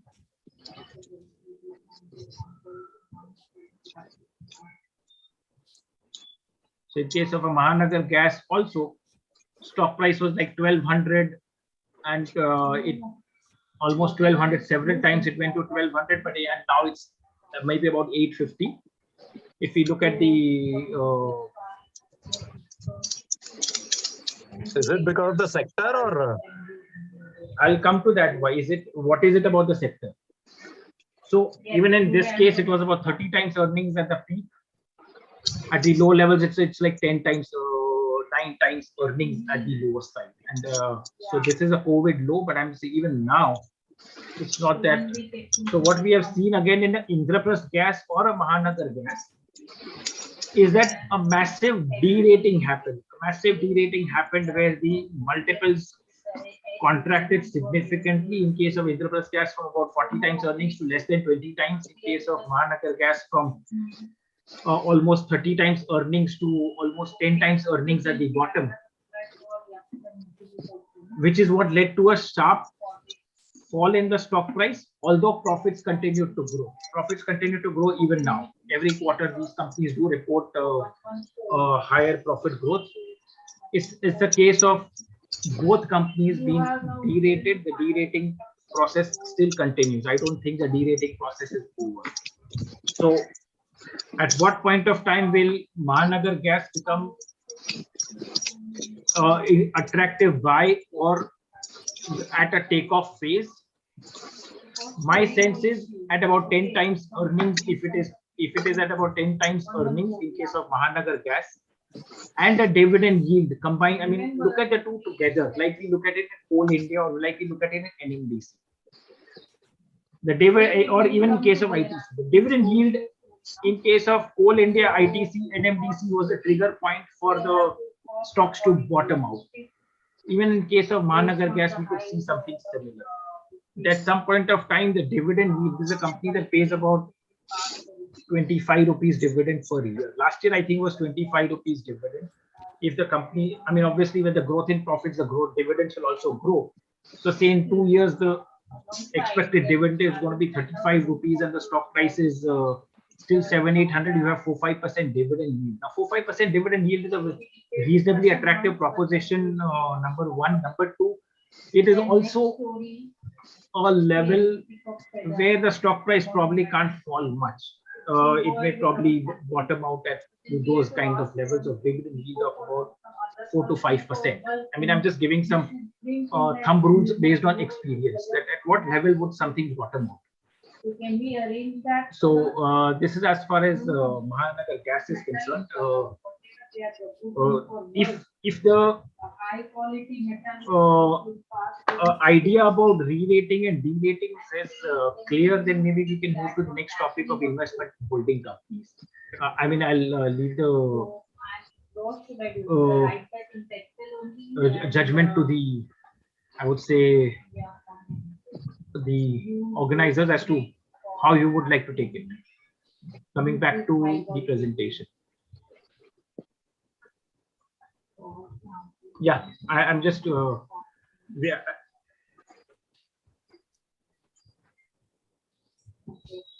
yeah. So with the permission, can I take up the? Can we go move to the next, or any other questions that anybody would like to have before we move to the next topic?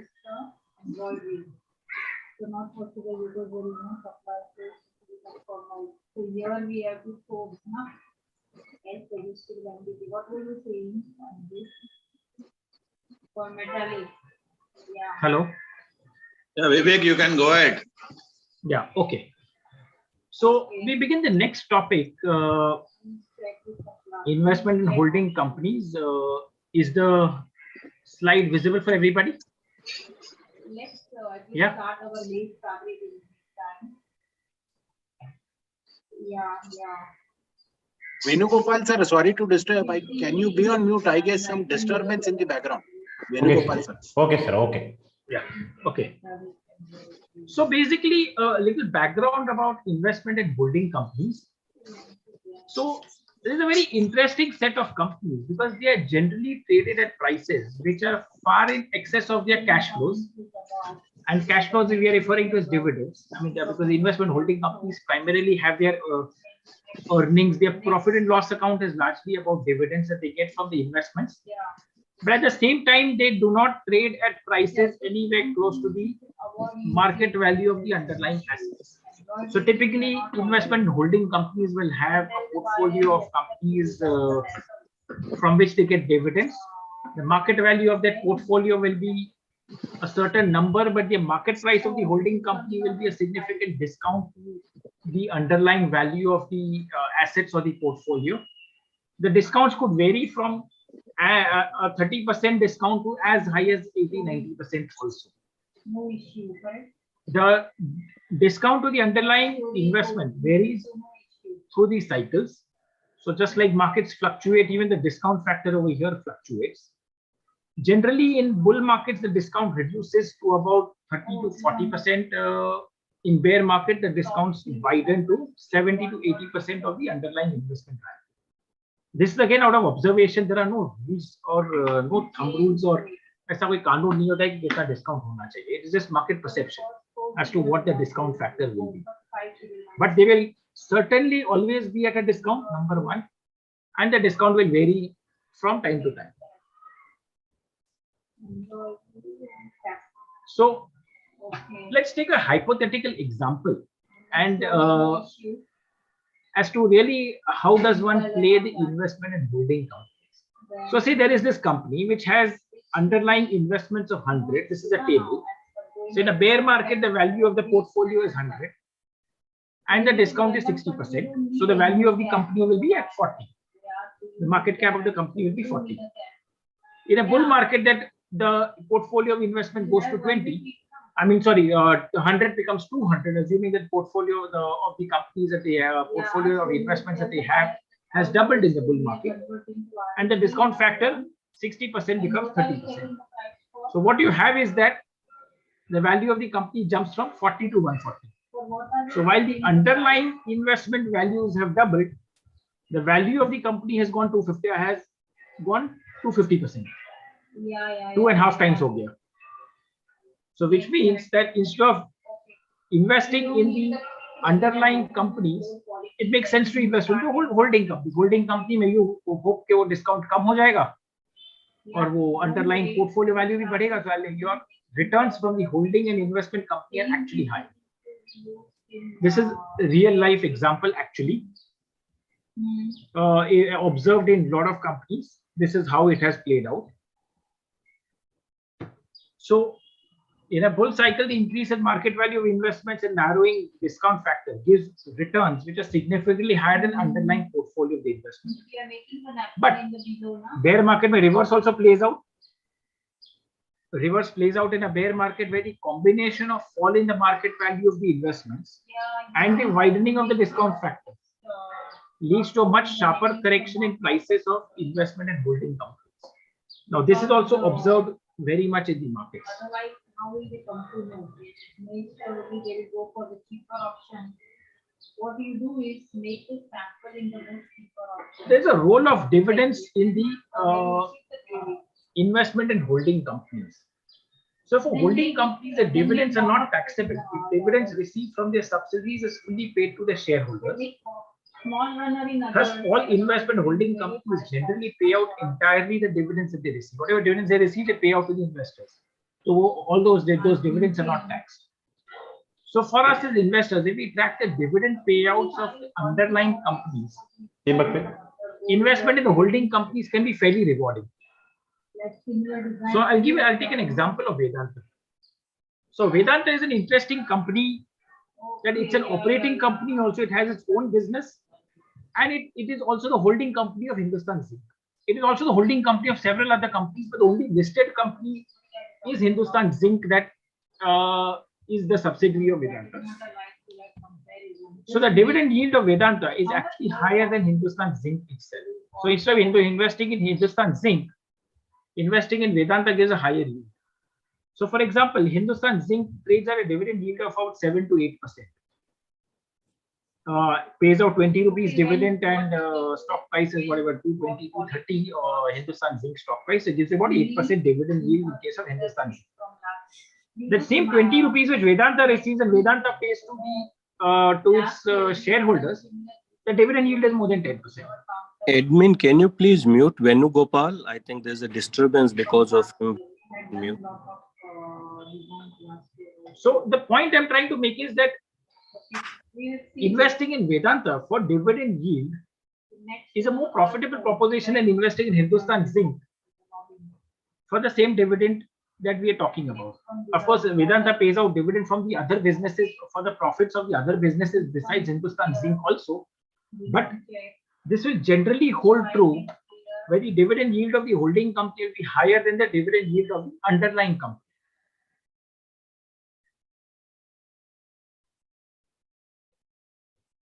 Now, as mentioned in the previous slide, the discount factor plays a significant role in generating returns for investment holding companies. Time to buy is always when the discount factor is on the higher side. 60-80% discount factor is the time you buy it, and it mostly happens during market corrections or bear phases in the market. Mandi market mein discount increases to 60, 70, 80%, in some cases 90% also is actually the time to buy. You have to buy and wait. You have to wait till your discount 70-80% wala discount comes down to 30-40%, because that's where you will make the returns. So discount factor se paisa banega. So investing in investment holding companies during bull phases when the discount is narrower, 25-30% over, even 40% over, it will mostly assure that either the wait will be very long till the underlying investment value increases significantly. But before that, there will be significant capital erosion during corrective bear phase. Because आपने 30% discount में लिया और वो 30% or 60% discount हो गया, you are sure to lose 50% of the value in the investment holding company. It's simple arithmetic. The only savior in that will be checking on the dividend and likely growth in dividend along with the current dividend yield. So that is an added filter you need to use. कि discount के अलावा dividend yield कितना मिलता है. And the reason I'm using the word dividends again and again, 90% or 99% of the investors in the market don't invest for dividends. But for me, dividends is a very important factor for two reasons. That while you wait for returns to come, while you wait for your profits, while you wait for the capital gains, dividends आपको ब्याज देता है. So your cost of holding, your cost of waiting is paid by dividends. Number one. Number two, dividend yields mostly will ensure that your downside is protected. Because at some point of time, one will start comparing it to a bond in the sense or any fixed income instrument. At some point of time, the comparison will be that for example, if Vedanta is giving me or Coal India is giving me 10% dividend yield, so should I invest in a bond which gives me 10% interest, or should I invest in dividend of should I invest in Vedanta for 10% dividend, where Vedanta may probably also go up and giving me some capital gain. So dividend yield certainly assures a downside protection on the stock price in a bear phase or in a corrective phase of the market. And obviously, while you wait, it compensates you for the waiting.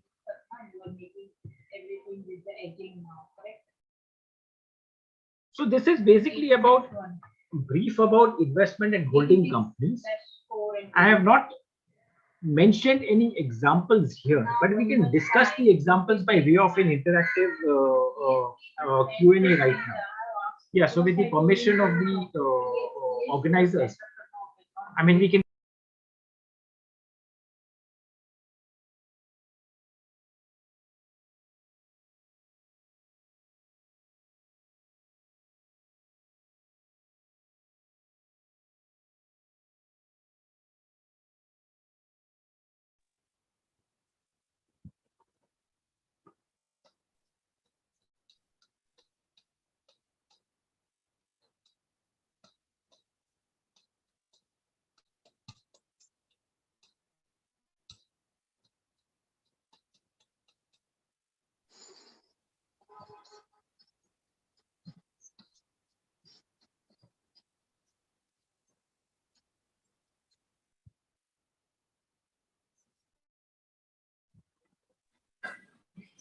I think we have muted all the speakers.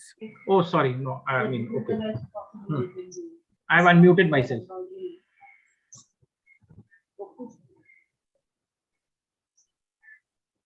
Yeah.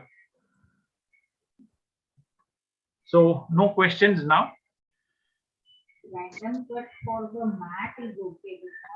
So Vivek, hi, Vijay here. Where would you classify Tata Investment Corporation, which saw a massive run-up? Okay. So Tata Investment Corporation is an interesting company from the point of view that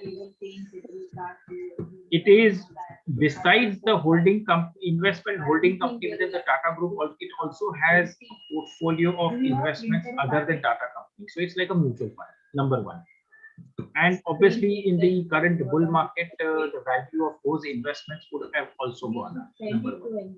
Number two, what has happened in case of Tata Investment Corporation in the last few weeks is that the discount factor has narrowed. So typically, as I mentioned, that if we in a bull market, while the portfolio value of the underlying investments would have increased, the discount factor also increases. जैसे portfolio value बढ़ता है और if the value of the price of the invest holding company does not increase, so discount बढ़ते रहता है. And at some point of time that corrects. That is precisely what has happened in the case of Tata Investment Corporation, where the discount factor is narrow. Now there is some buzz on the street about in the last few weeks about Tata Investment Corporation, about multiple things. I'm not getting into the heard on street kind of news as to why this stock price went up. But basically, if one were to look at why it has really gone up, it's simply the correction of the discount factor. Discount factor is just widened so much, so at some point of time the discount come home. So that's a simple answer for that. Okay, good. Thank you.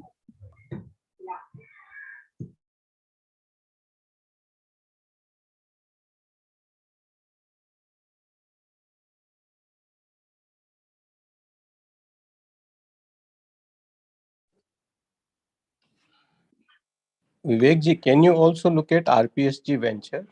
That's also a holding company. Vivek, you may have to unmute yourself. Sorry, yeah. Yeah, so in case of RPSG Ventures, there are two aspects. I'm not fully familiar, but partly familiar. That besides being the holding company of the Calcutta-based RPSG group, it also has an operating business. Correct me if I'm wrong. I mean, the FMCG business is also housed in this company, right? And, yeah, right now this company has majority value is because of holding into First Source. Yeah. There's a FMCG business which is very significant compared to overall business. But this, I think that now more value will come from the cricket franchise which they took, I think. So basically, so conceptually, it still remains the same, that what is the underlying value of the investment and how much is the discount factor. If the discount factor is 60-70%, generally from those levels, investment can be profitable. If you're buying when the discount factor is 30%, it's unlikely that you will make significant profits, because generally the discount factor moves in cycles and you could just be caught on the wrong cycle.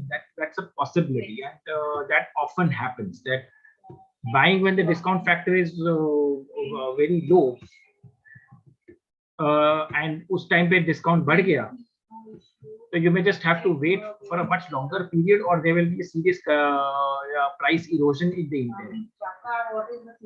I don't know what is the market value of the investments now, but if it is at 60-70%, I would find it an attractive buy.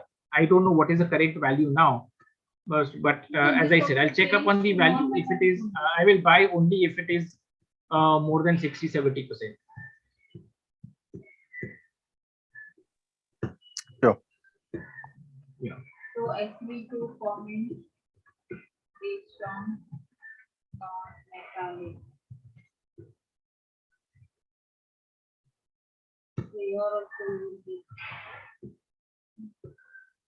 Regards this RPSG, I mean, I would just like to educate myself. What are the kind of dividends does it pay? I mean, does it pay very meaningful dividends? I mean, anybody has an idea on that? So here, when will the stock be ready?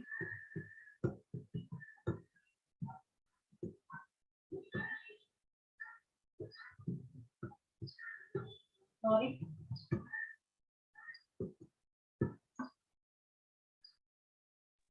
Yeah, so if there are no further questions, can we close the presentation for now? And you get the cash.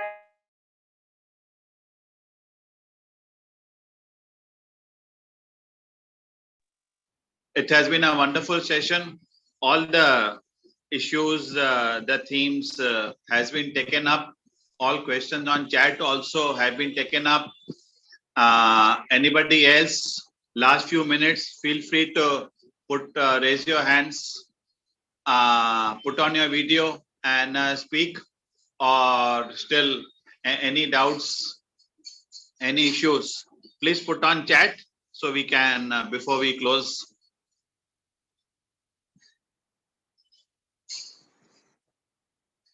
Nilesh, would you like to put on your video and speak? Yeah, so am I visible now? Hello? Hello? Yes, sir. Yes, sir. Yeah, so Yes, we can hear you. just wanted to like as you said, can we have some parameters when we go on evaluating a stock, you know, like a good P multiple or PV to book value, or you can say the revenue growth management. So what are the, and dividend paying. So what are these few, you know, parameters which you consider while selecting the right stock? I know it is different for different industries and all, but you know, few things when you need to go and identify a stock which is available to, and when you start deep diving into any company. Like for example, I was quoting Man Infrastructure. So everything is going good. They are able to give good revenue. They are going to get giving good dividends. They have got good projections. So why is that? You know, those stocks, probably what is making them a laggard?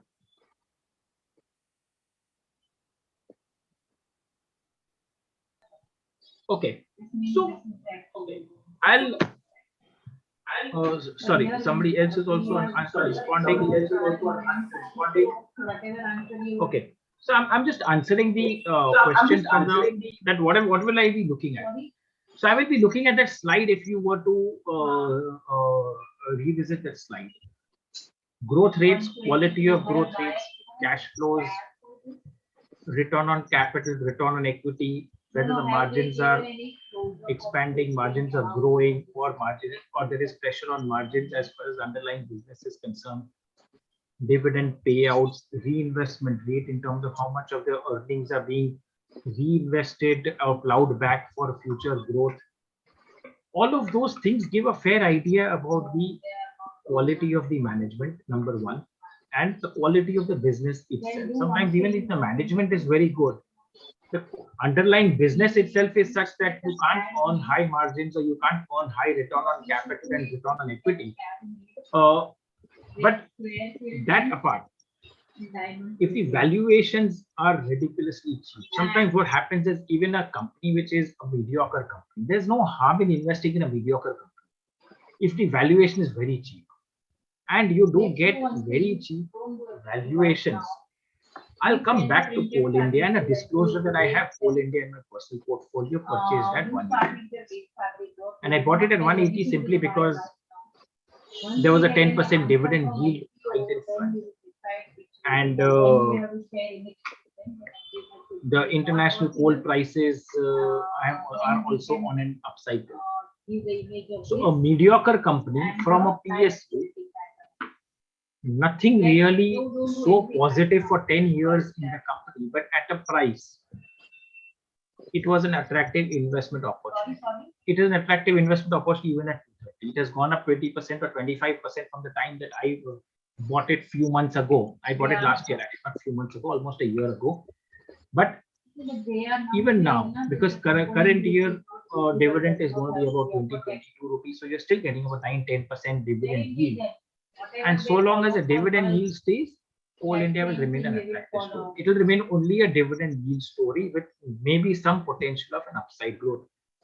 I'm not giving a recommendation of Coal India. I'm only giving a parameter, one of the parameters, that for next 1 or 2 years, there is going to be significant growth in the profits of Coal India and significant growth in dividends.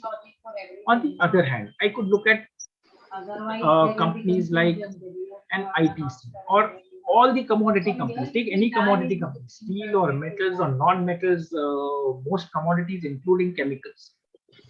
All of them are likely to be on a commodities upcycle, that is assuming globally we don't have a recession. If we have a recession, obviously commodities may not continue in their upcycle, but if there is a general upcycle, most commodities will have profits multiplying and the operating leverage play out is going to be very large. So what indirectly we are talking of is the growth rates are going to be much higher in the next 2-3 years. Whether it is, you name a commodity and that's likely to play out.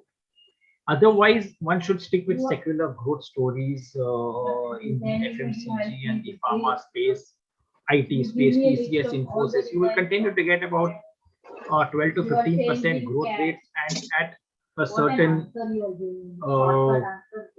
valuation multiples after generally in terms evaluating a business and making an investment are two things which are little different. Business can be very good, but if it is a wrong valuation, it is not good. And you may have that, and you may have a long period where, in spite of companies doing very well, you may still not get returns. Like we discussed the gas companies, Indraprastha Gas and Mahanadi. Very fantastic business, very good business. Growth year after year, free cash flows, dividends are growing, but yet there will be long periods when the companies will not give returns. So one would look at the valuation multiples relative to the growth rates, relative to what it has been historically been trading at, what have been some of the other companies been trading at,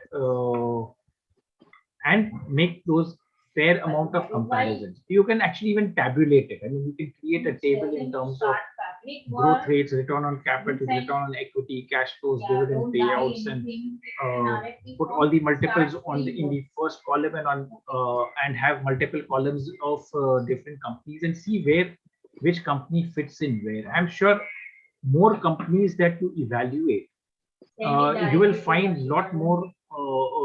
The process will get a lot more finer. The process will get much more refined over a period of time. That, to the point that it would come to you intuitively कि ये देख के ही पता चल जाएगा कि ये खरीदने का भाव है कि ये खरीदने का भाव नहीं है या बेचने का भाव है. From that point of view. So this was just a brief. Of course, this itself calls for a much longer session.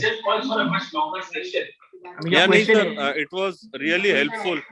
It was really helpful the way you described this, and definitely a tabulation for all these companies will help to identify. Thank you so much. In fact, some of the research reports already have the table. I mean, what I'm referring to as tabulation, some of the research reports, especially the Kotak reports and antique reports, have that tabulation. And in fact, I refer to the tabulation very often.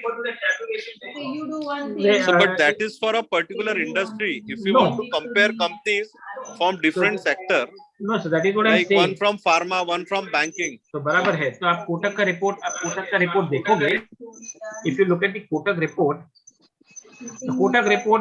has the table for all the companies that they have under research coverage, and which is more than 200 companies.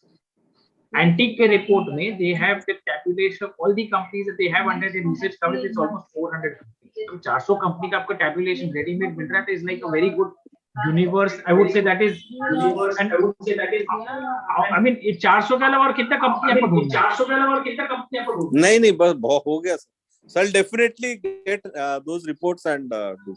Thank you so much for that. Or you can, or as I said, you can reach out to me. I'm on WhatsApp. You can reach out to me. You can reach out. I could forward you some of those reports.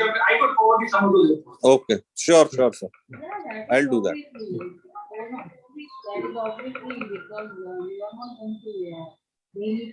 So if you can share your contact details of WhatsApp, it will be okay. Sure. Otherwise, and you could just even, you can make a note of my number. I'll just make a note of my number. Mention my number. You can put in the chat box. Okay, I'll put my number in the chat box. Yeah. Okay. Yeah. A wonderful session. Anybody else would like to? Yeah, Rahul, can you put on your video? Yeah. Rahul, can you put on your video? Yeah. Hi, Rahul here. I think it was a wonderful session. Thanks to the organizers for organizing this. And Vivek's session was really, Vivek ji has covered it very well. I think, ultimately teaching is an art. So I think he's very good at it. Just wanted the last question. I mean, what is the outlook? I mean, globally as well as in India, because there is one school of thought which says, generally we don't know where the media hypes it and plays it at times regarding the recession. And typically one school of thought goes, India tends to may not be very well, but at least it doesn't, does as badly as in terms of when there is a, recession maybe in Europe or in US or what. So what is your take on that? The question is to Mr. Vivek and yourself. Thank you. Yeah, so see, I'm no expert on global macroeconomics. Whether there will be a recession or whether there will not be a recession, I have actually no idea. And to be very honest, I don't care. I mean, मेरे को उसकी कोई परवाह नहीं है कि America Europe में recession होगा कि नहीं होगा. To be very honest, I'm deeply blunt on that. And तो इसमें मैं इतना दिमाग ही नहीं लगाता हूँ. To be very honest, I mean, दिमाग पे क्यों इतना लोड लेके क्यों इतना worry about rest of the world. What I'm worried about, or what I spend my time thinking, is whether Indian companies will continue to grow, whether they will continue to deliver on earnings growth, whether their cash flows will increase, whether their dividends will increase. Those are the things that one should focus on. And if you can find enough such companies, and there are enough, I mean, I can say there are more than at least 200 companies that are growing consistently even now. In the next 2-3 weeks, the next quarterly results season, second quarter and the first half results will start coming, and so next fair indication. But trust me, there will be at least 250 to 300 companies who will deliver positive earnings growth and who will also give you positive outlook for the next 1 year, recession or no recession. मेरा ये लेके ही चलो, including the IT companies where people say, oh, IT sector, I mean, last few months, IT sector has been in a corrective phase and people say, America mein recession hoga. Trust me, Infosys, TCS, Wipro, HCL, Tech Mahindra, or even some of the smaller companies, all of them will give a growth outlook which is going to be very positive. I mean, I know for sure because I know people who are on the other side of Indian IT who are giving out projects to Indian IT companies. So yeah, I know. All of the macro parameters continue to stay healthy. It is just a market sentiment over here which has resulted in IT stocks correcting. Now, is that an opportunity for me to accumulate IT companies? Just to take an example, well, the answer is yes. They continue to grow. They will continue to grow. They will continue to give dividends, and they will continue to do buybacks in case of TCS, Infosys, and the likes of. I mean, every 2 years they are doing buyback. Every year they are paying out healthy dividends.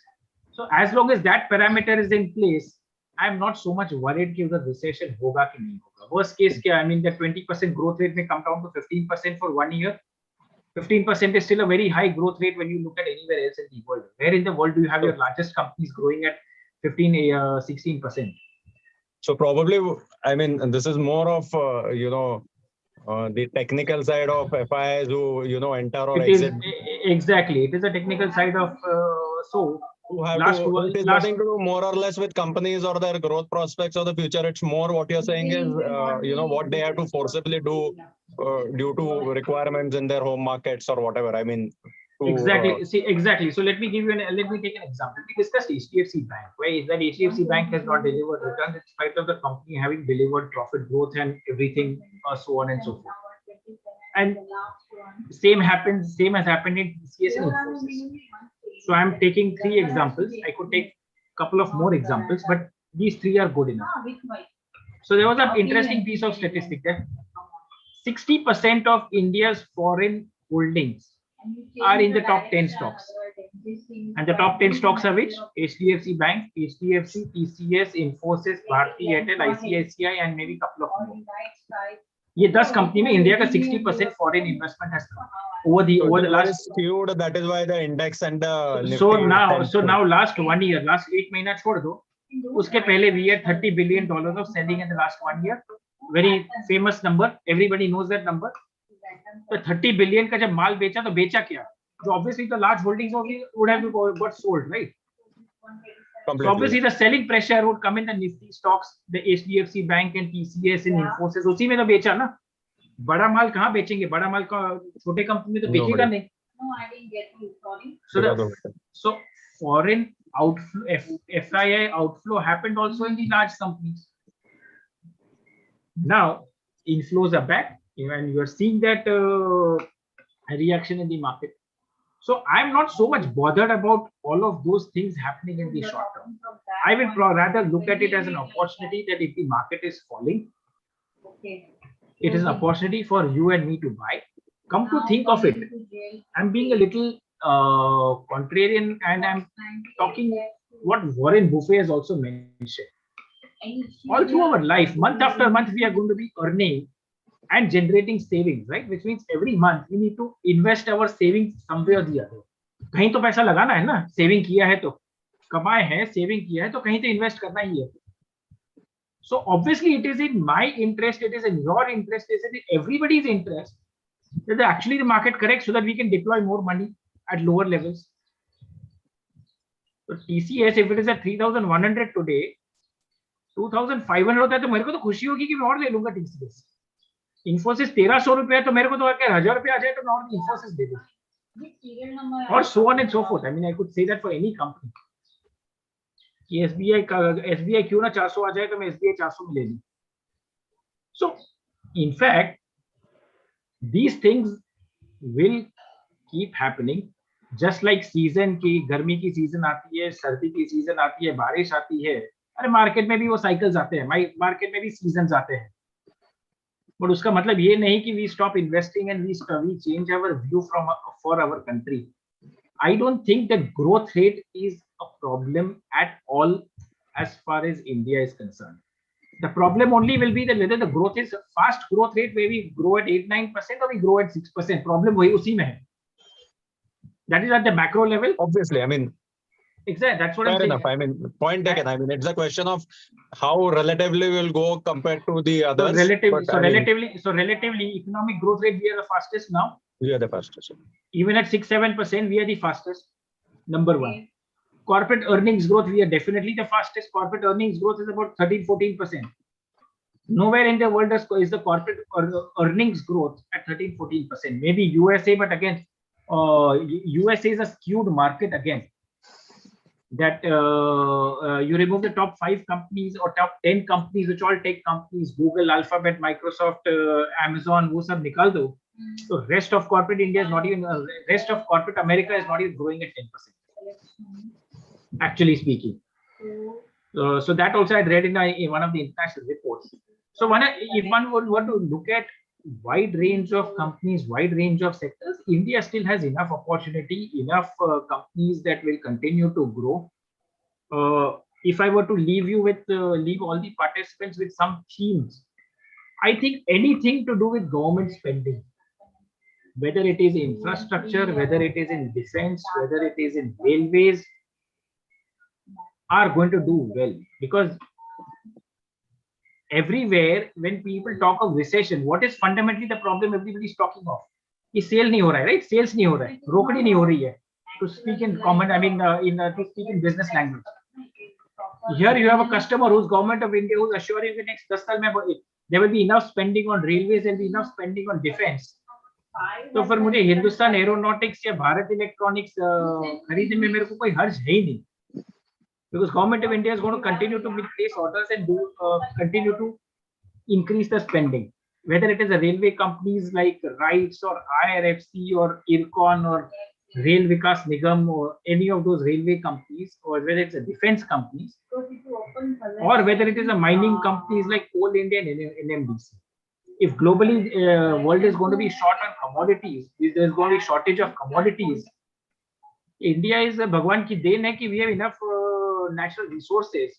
All of these mining companies are going to do well. I have no issues on that. All of them pay healthy dividends, and as long as they pay dividends, मेरा ब्याज निकल जाता है. ऐसे मेरे को 10% कोल India में निकल गया तो I mean I'm getting a yield better than most corporate bonds. I'm happy to stay invested in some of these companies as long as I've not bought at very high price. If I bought at moderate prices, so मुझे इसमें कोई whether globally recession है, war हो गया, ये हो गया, media is doing their job, and their job is to exaggerate, their job is to create excitement, their job is to create sensation. Our job is to make money for ourselves and our clients, for those of whom who manage other people's money, also. हम अपना काम करेंगे, which is find investment opportunities and stay, invest if the market falls and stay invested all through the period. So this is basically my take on the larger things. Thank you. Thanks. That very well answers the query. Yeah, I would supplement what Rahul said. Very important issue you raised on. Talk about recession, particularly in a couple of countries. Now, this brings the opportunity of a shift, as we have seen. All the global indicators talk about over 2% growth globally. A shift in a few recession forecasted by a few economists may or may not happen, or may be very temporary, but the shift is in favor of India. One can see the shift in the top richest people, top 10 in the world just last week. 2 in top 10, 1 in top 5 now. Number 2 from India. So this is a big opportunity for India. We also saw the type of opportunities this week. Announcement of Ambuja Cement raising first is 10,000 crores fundraising. Then another, yesterday it came 20,000 crores. This is going to increase the capacity substantially for cement for the infrastructure play.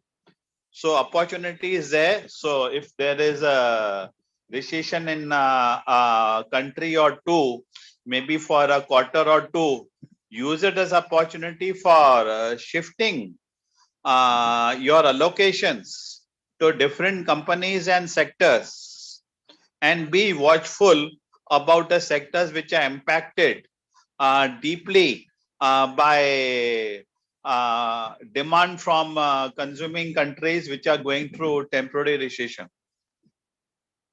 Manish, any thoughts from you? I think that very well answers, I think.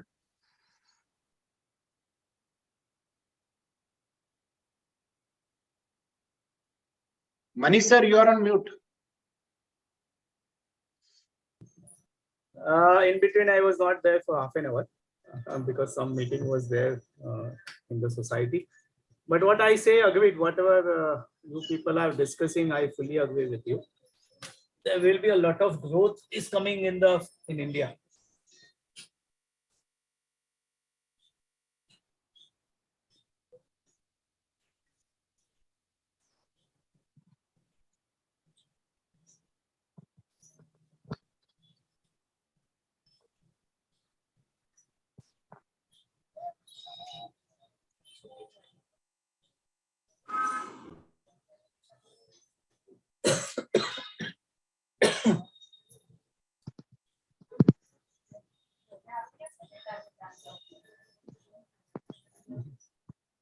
Bullish birthday, Modi.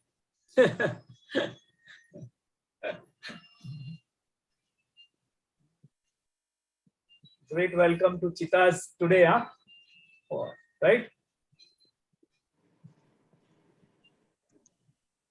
I guess it will be a good omen. India again will be on, I think, fast track. 100%. And Vivek, before we close, some thoughts about congratulating Adani for the higher place in the world, and some observations from you before we close. Yeah, firstly, of course, congratulations to Gautam Bhai for being in the second place now, but I really have no comments on that. Yeah, a proud moment for India, but beyond that, I really don't have comments on what to make of that, because it is a subject that is both controversial, number one, and I don't want to get into controversy, and it is something of if I were to stick to our subject on hand about valuations, it is something that most of us don't understand or most of us don't agree with. Vivek, how do you value whole Adani Group?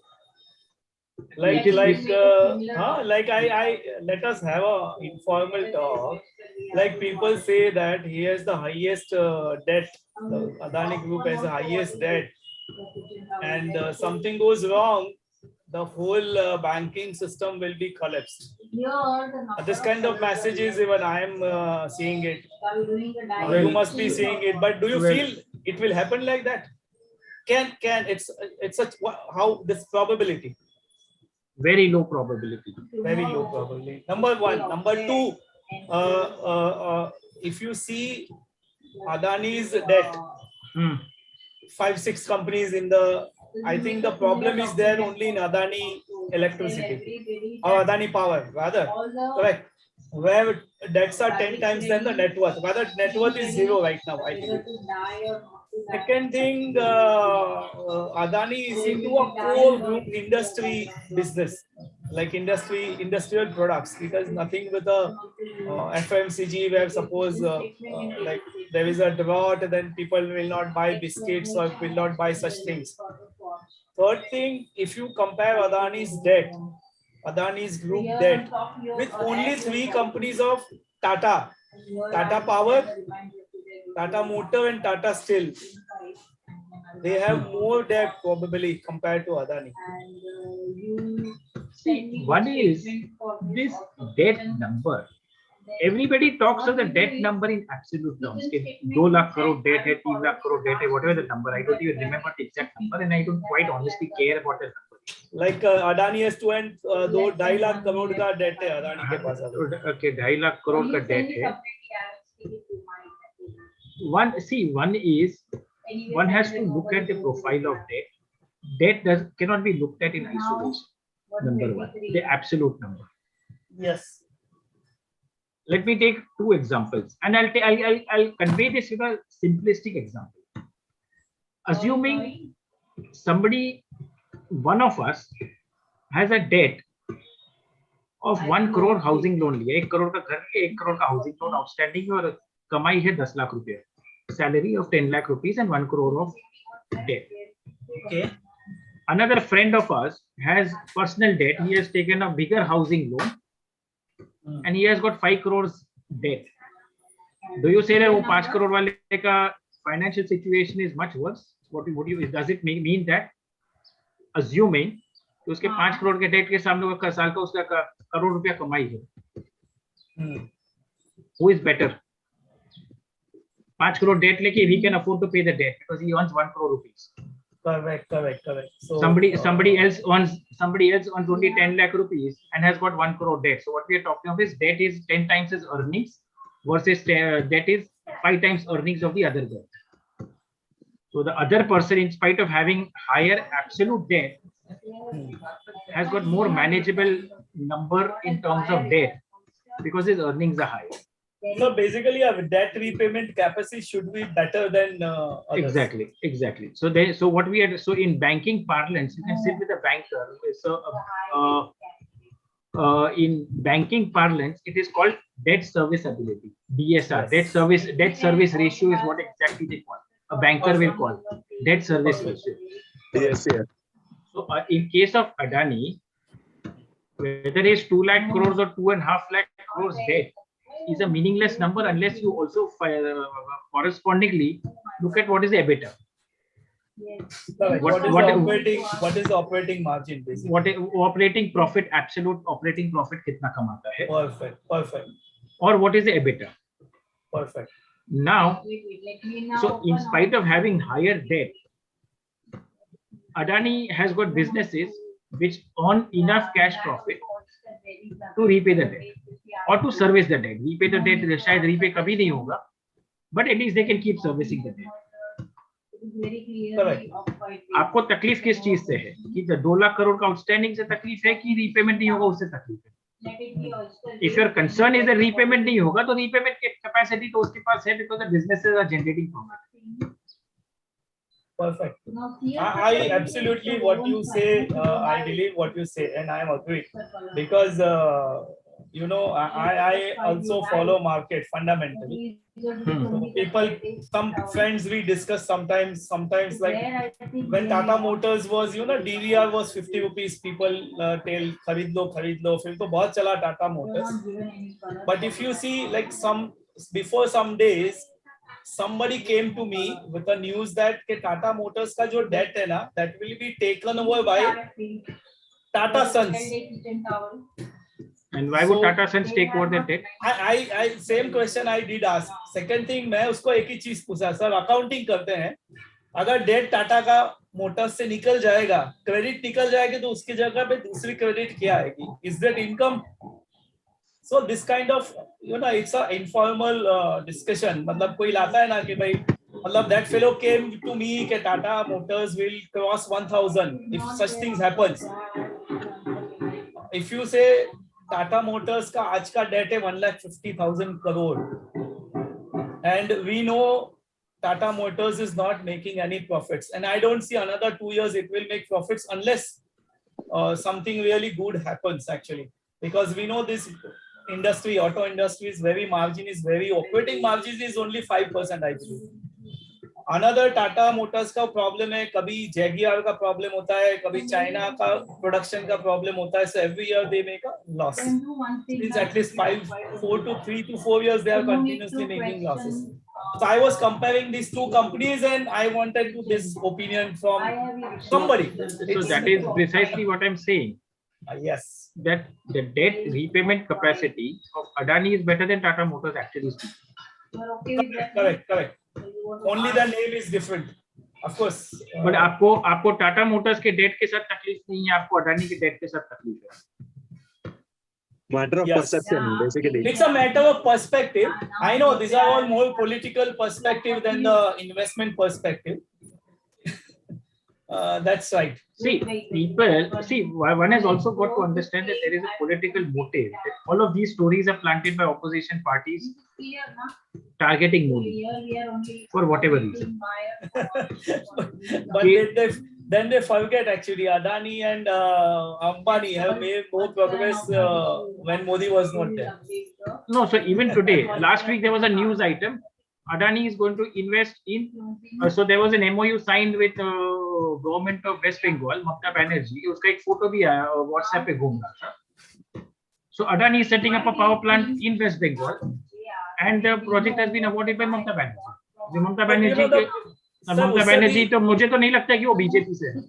Sir उससे भी अच्छा example है, you know, before 1 month or 2 months, अपना Gautam Adani has traveled to Baramati. And then that car was driven by nephew of Sharad Pawar. So the point is, कोई भी industrialist, कोई एक politician या एक पार्टी के साथ जुड़े नहीं रहता है, because it's a serious business risk. For a politician, his outlook is 5 years के next election तक का है. एक इंडस्ट्रियलिस्ट का आउटलुक 20 साल का होता है. Perfect. तो 20 साल में 4 सरकार आके जाएगी, so you can't have your leverage only with one party or one person. Perfect. I mean, it is practical. It is just common sense. So anybody who says कि जब तक मोदी है तब तक अडानी है, समझो post 2024, even if BJP comes to power but Modi retires, Modi decides now he's taking retirement, तो क्या होगा? I mean, think of that scenario, no? मैं तो ये नहीं बोल रहा हूँ कि opposition party, आम आदमी पार्टी या और कोई सरकार आ जाएगी. अरे सर बीजेपी सरकार भी आएगी, मोदी नहीं होगा, तो is it end of Adani? No, it's not going to be. Businesses will have their own cycles of growth. Businesses will have their own cycles of leverage and all of that. Yeah, now the concern will be that he has taken too many large, ambitious expansion and diversification projects. I'm talking about Adani. Now we need to see कि nothing of that goes wrong, because that is a risk. They change to print them more. Because your debt is front-ended, मतलब debt पहले ले लिया, growth बाद में आएगा. फिर growth नहीं आया तो तकलीफ है, सबको तकलीफ है. मगर let's be optimistic, growth आ गया. and the debt is serviced, तो फिर क्या problem है? Sorry. I mean, in the sense, Then keep it flat.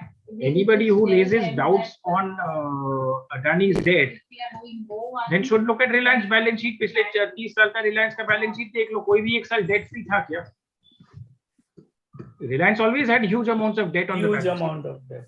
Correct. Huge amount of debt on the balance sheet. Correct. आपको Reliance में तो कभी तकलीफ नहीं था, because Reliance also had very strong underlying business generating cash flows के वो debt तो repay हो ही जाता था, debt repay नहीं but service हो जाता था. Let me correct myself. Yeah. Debt was always getting serviced. Perfect. Now people say, oh, but banks are giving disproportionate loans to one group. अरे तो banks are in the business of lending money. तो जो बड़ा borrower होगा तो उसको बड़ा loan मिलेगा ना. So what is the again the issue with that? I find it difficult to believe.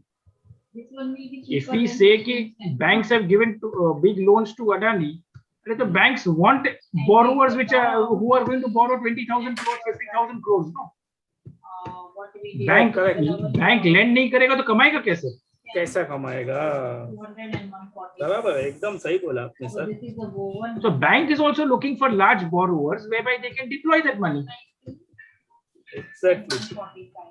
And in any case, one should read one should go through the debt profile of Adani. More than 50% of his debt is international nature from foreign banks. It is no more SBI and Bank of Baroda who are large lenders to Adani. The large lenders to Adani are like now Barclays Bank and Standard Chartered and all. SBI का number तो चौथे या पांचवें पे number आता होगा. तो default होगा तो किसका नुकसान होगा पहले? So I find it's like oh there used to be that soft drink ad. No, अपनी अक्ल लगाओ, बाकी सब I forget that. Correct. That those who are saying to SBI ka there was one loan which everybody is like talking about as if all the loans of Adani are only from SBI. I mean, all I would request anybody, at least our group members, if we have the capability to at least open up an annual report and see कि WhatsApp पे जो आता है कितना सच है और कितना बकवास है. Perfect. So these things one should just discount and move on. And more importantly, whether it is investing or business, one has to do it without sentiments. Sentiment or emotion छोड़ देना. Right. Who is talking continuously? Some lady is talking continuously. So I am here to make profit. I assume most of us are here to make profits. How does it matter? As long as Adani delivers growth, Adani is servicing the debt, so क्या फर्क पड़ता है?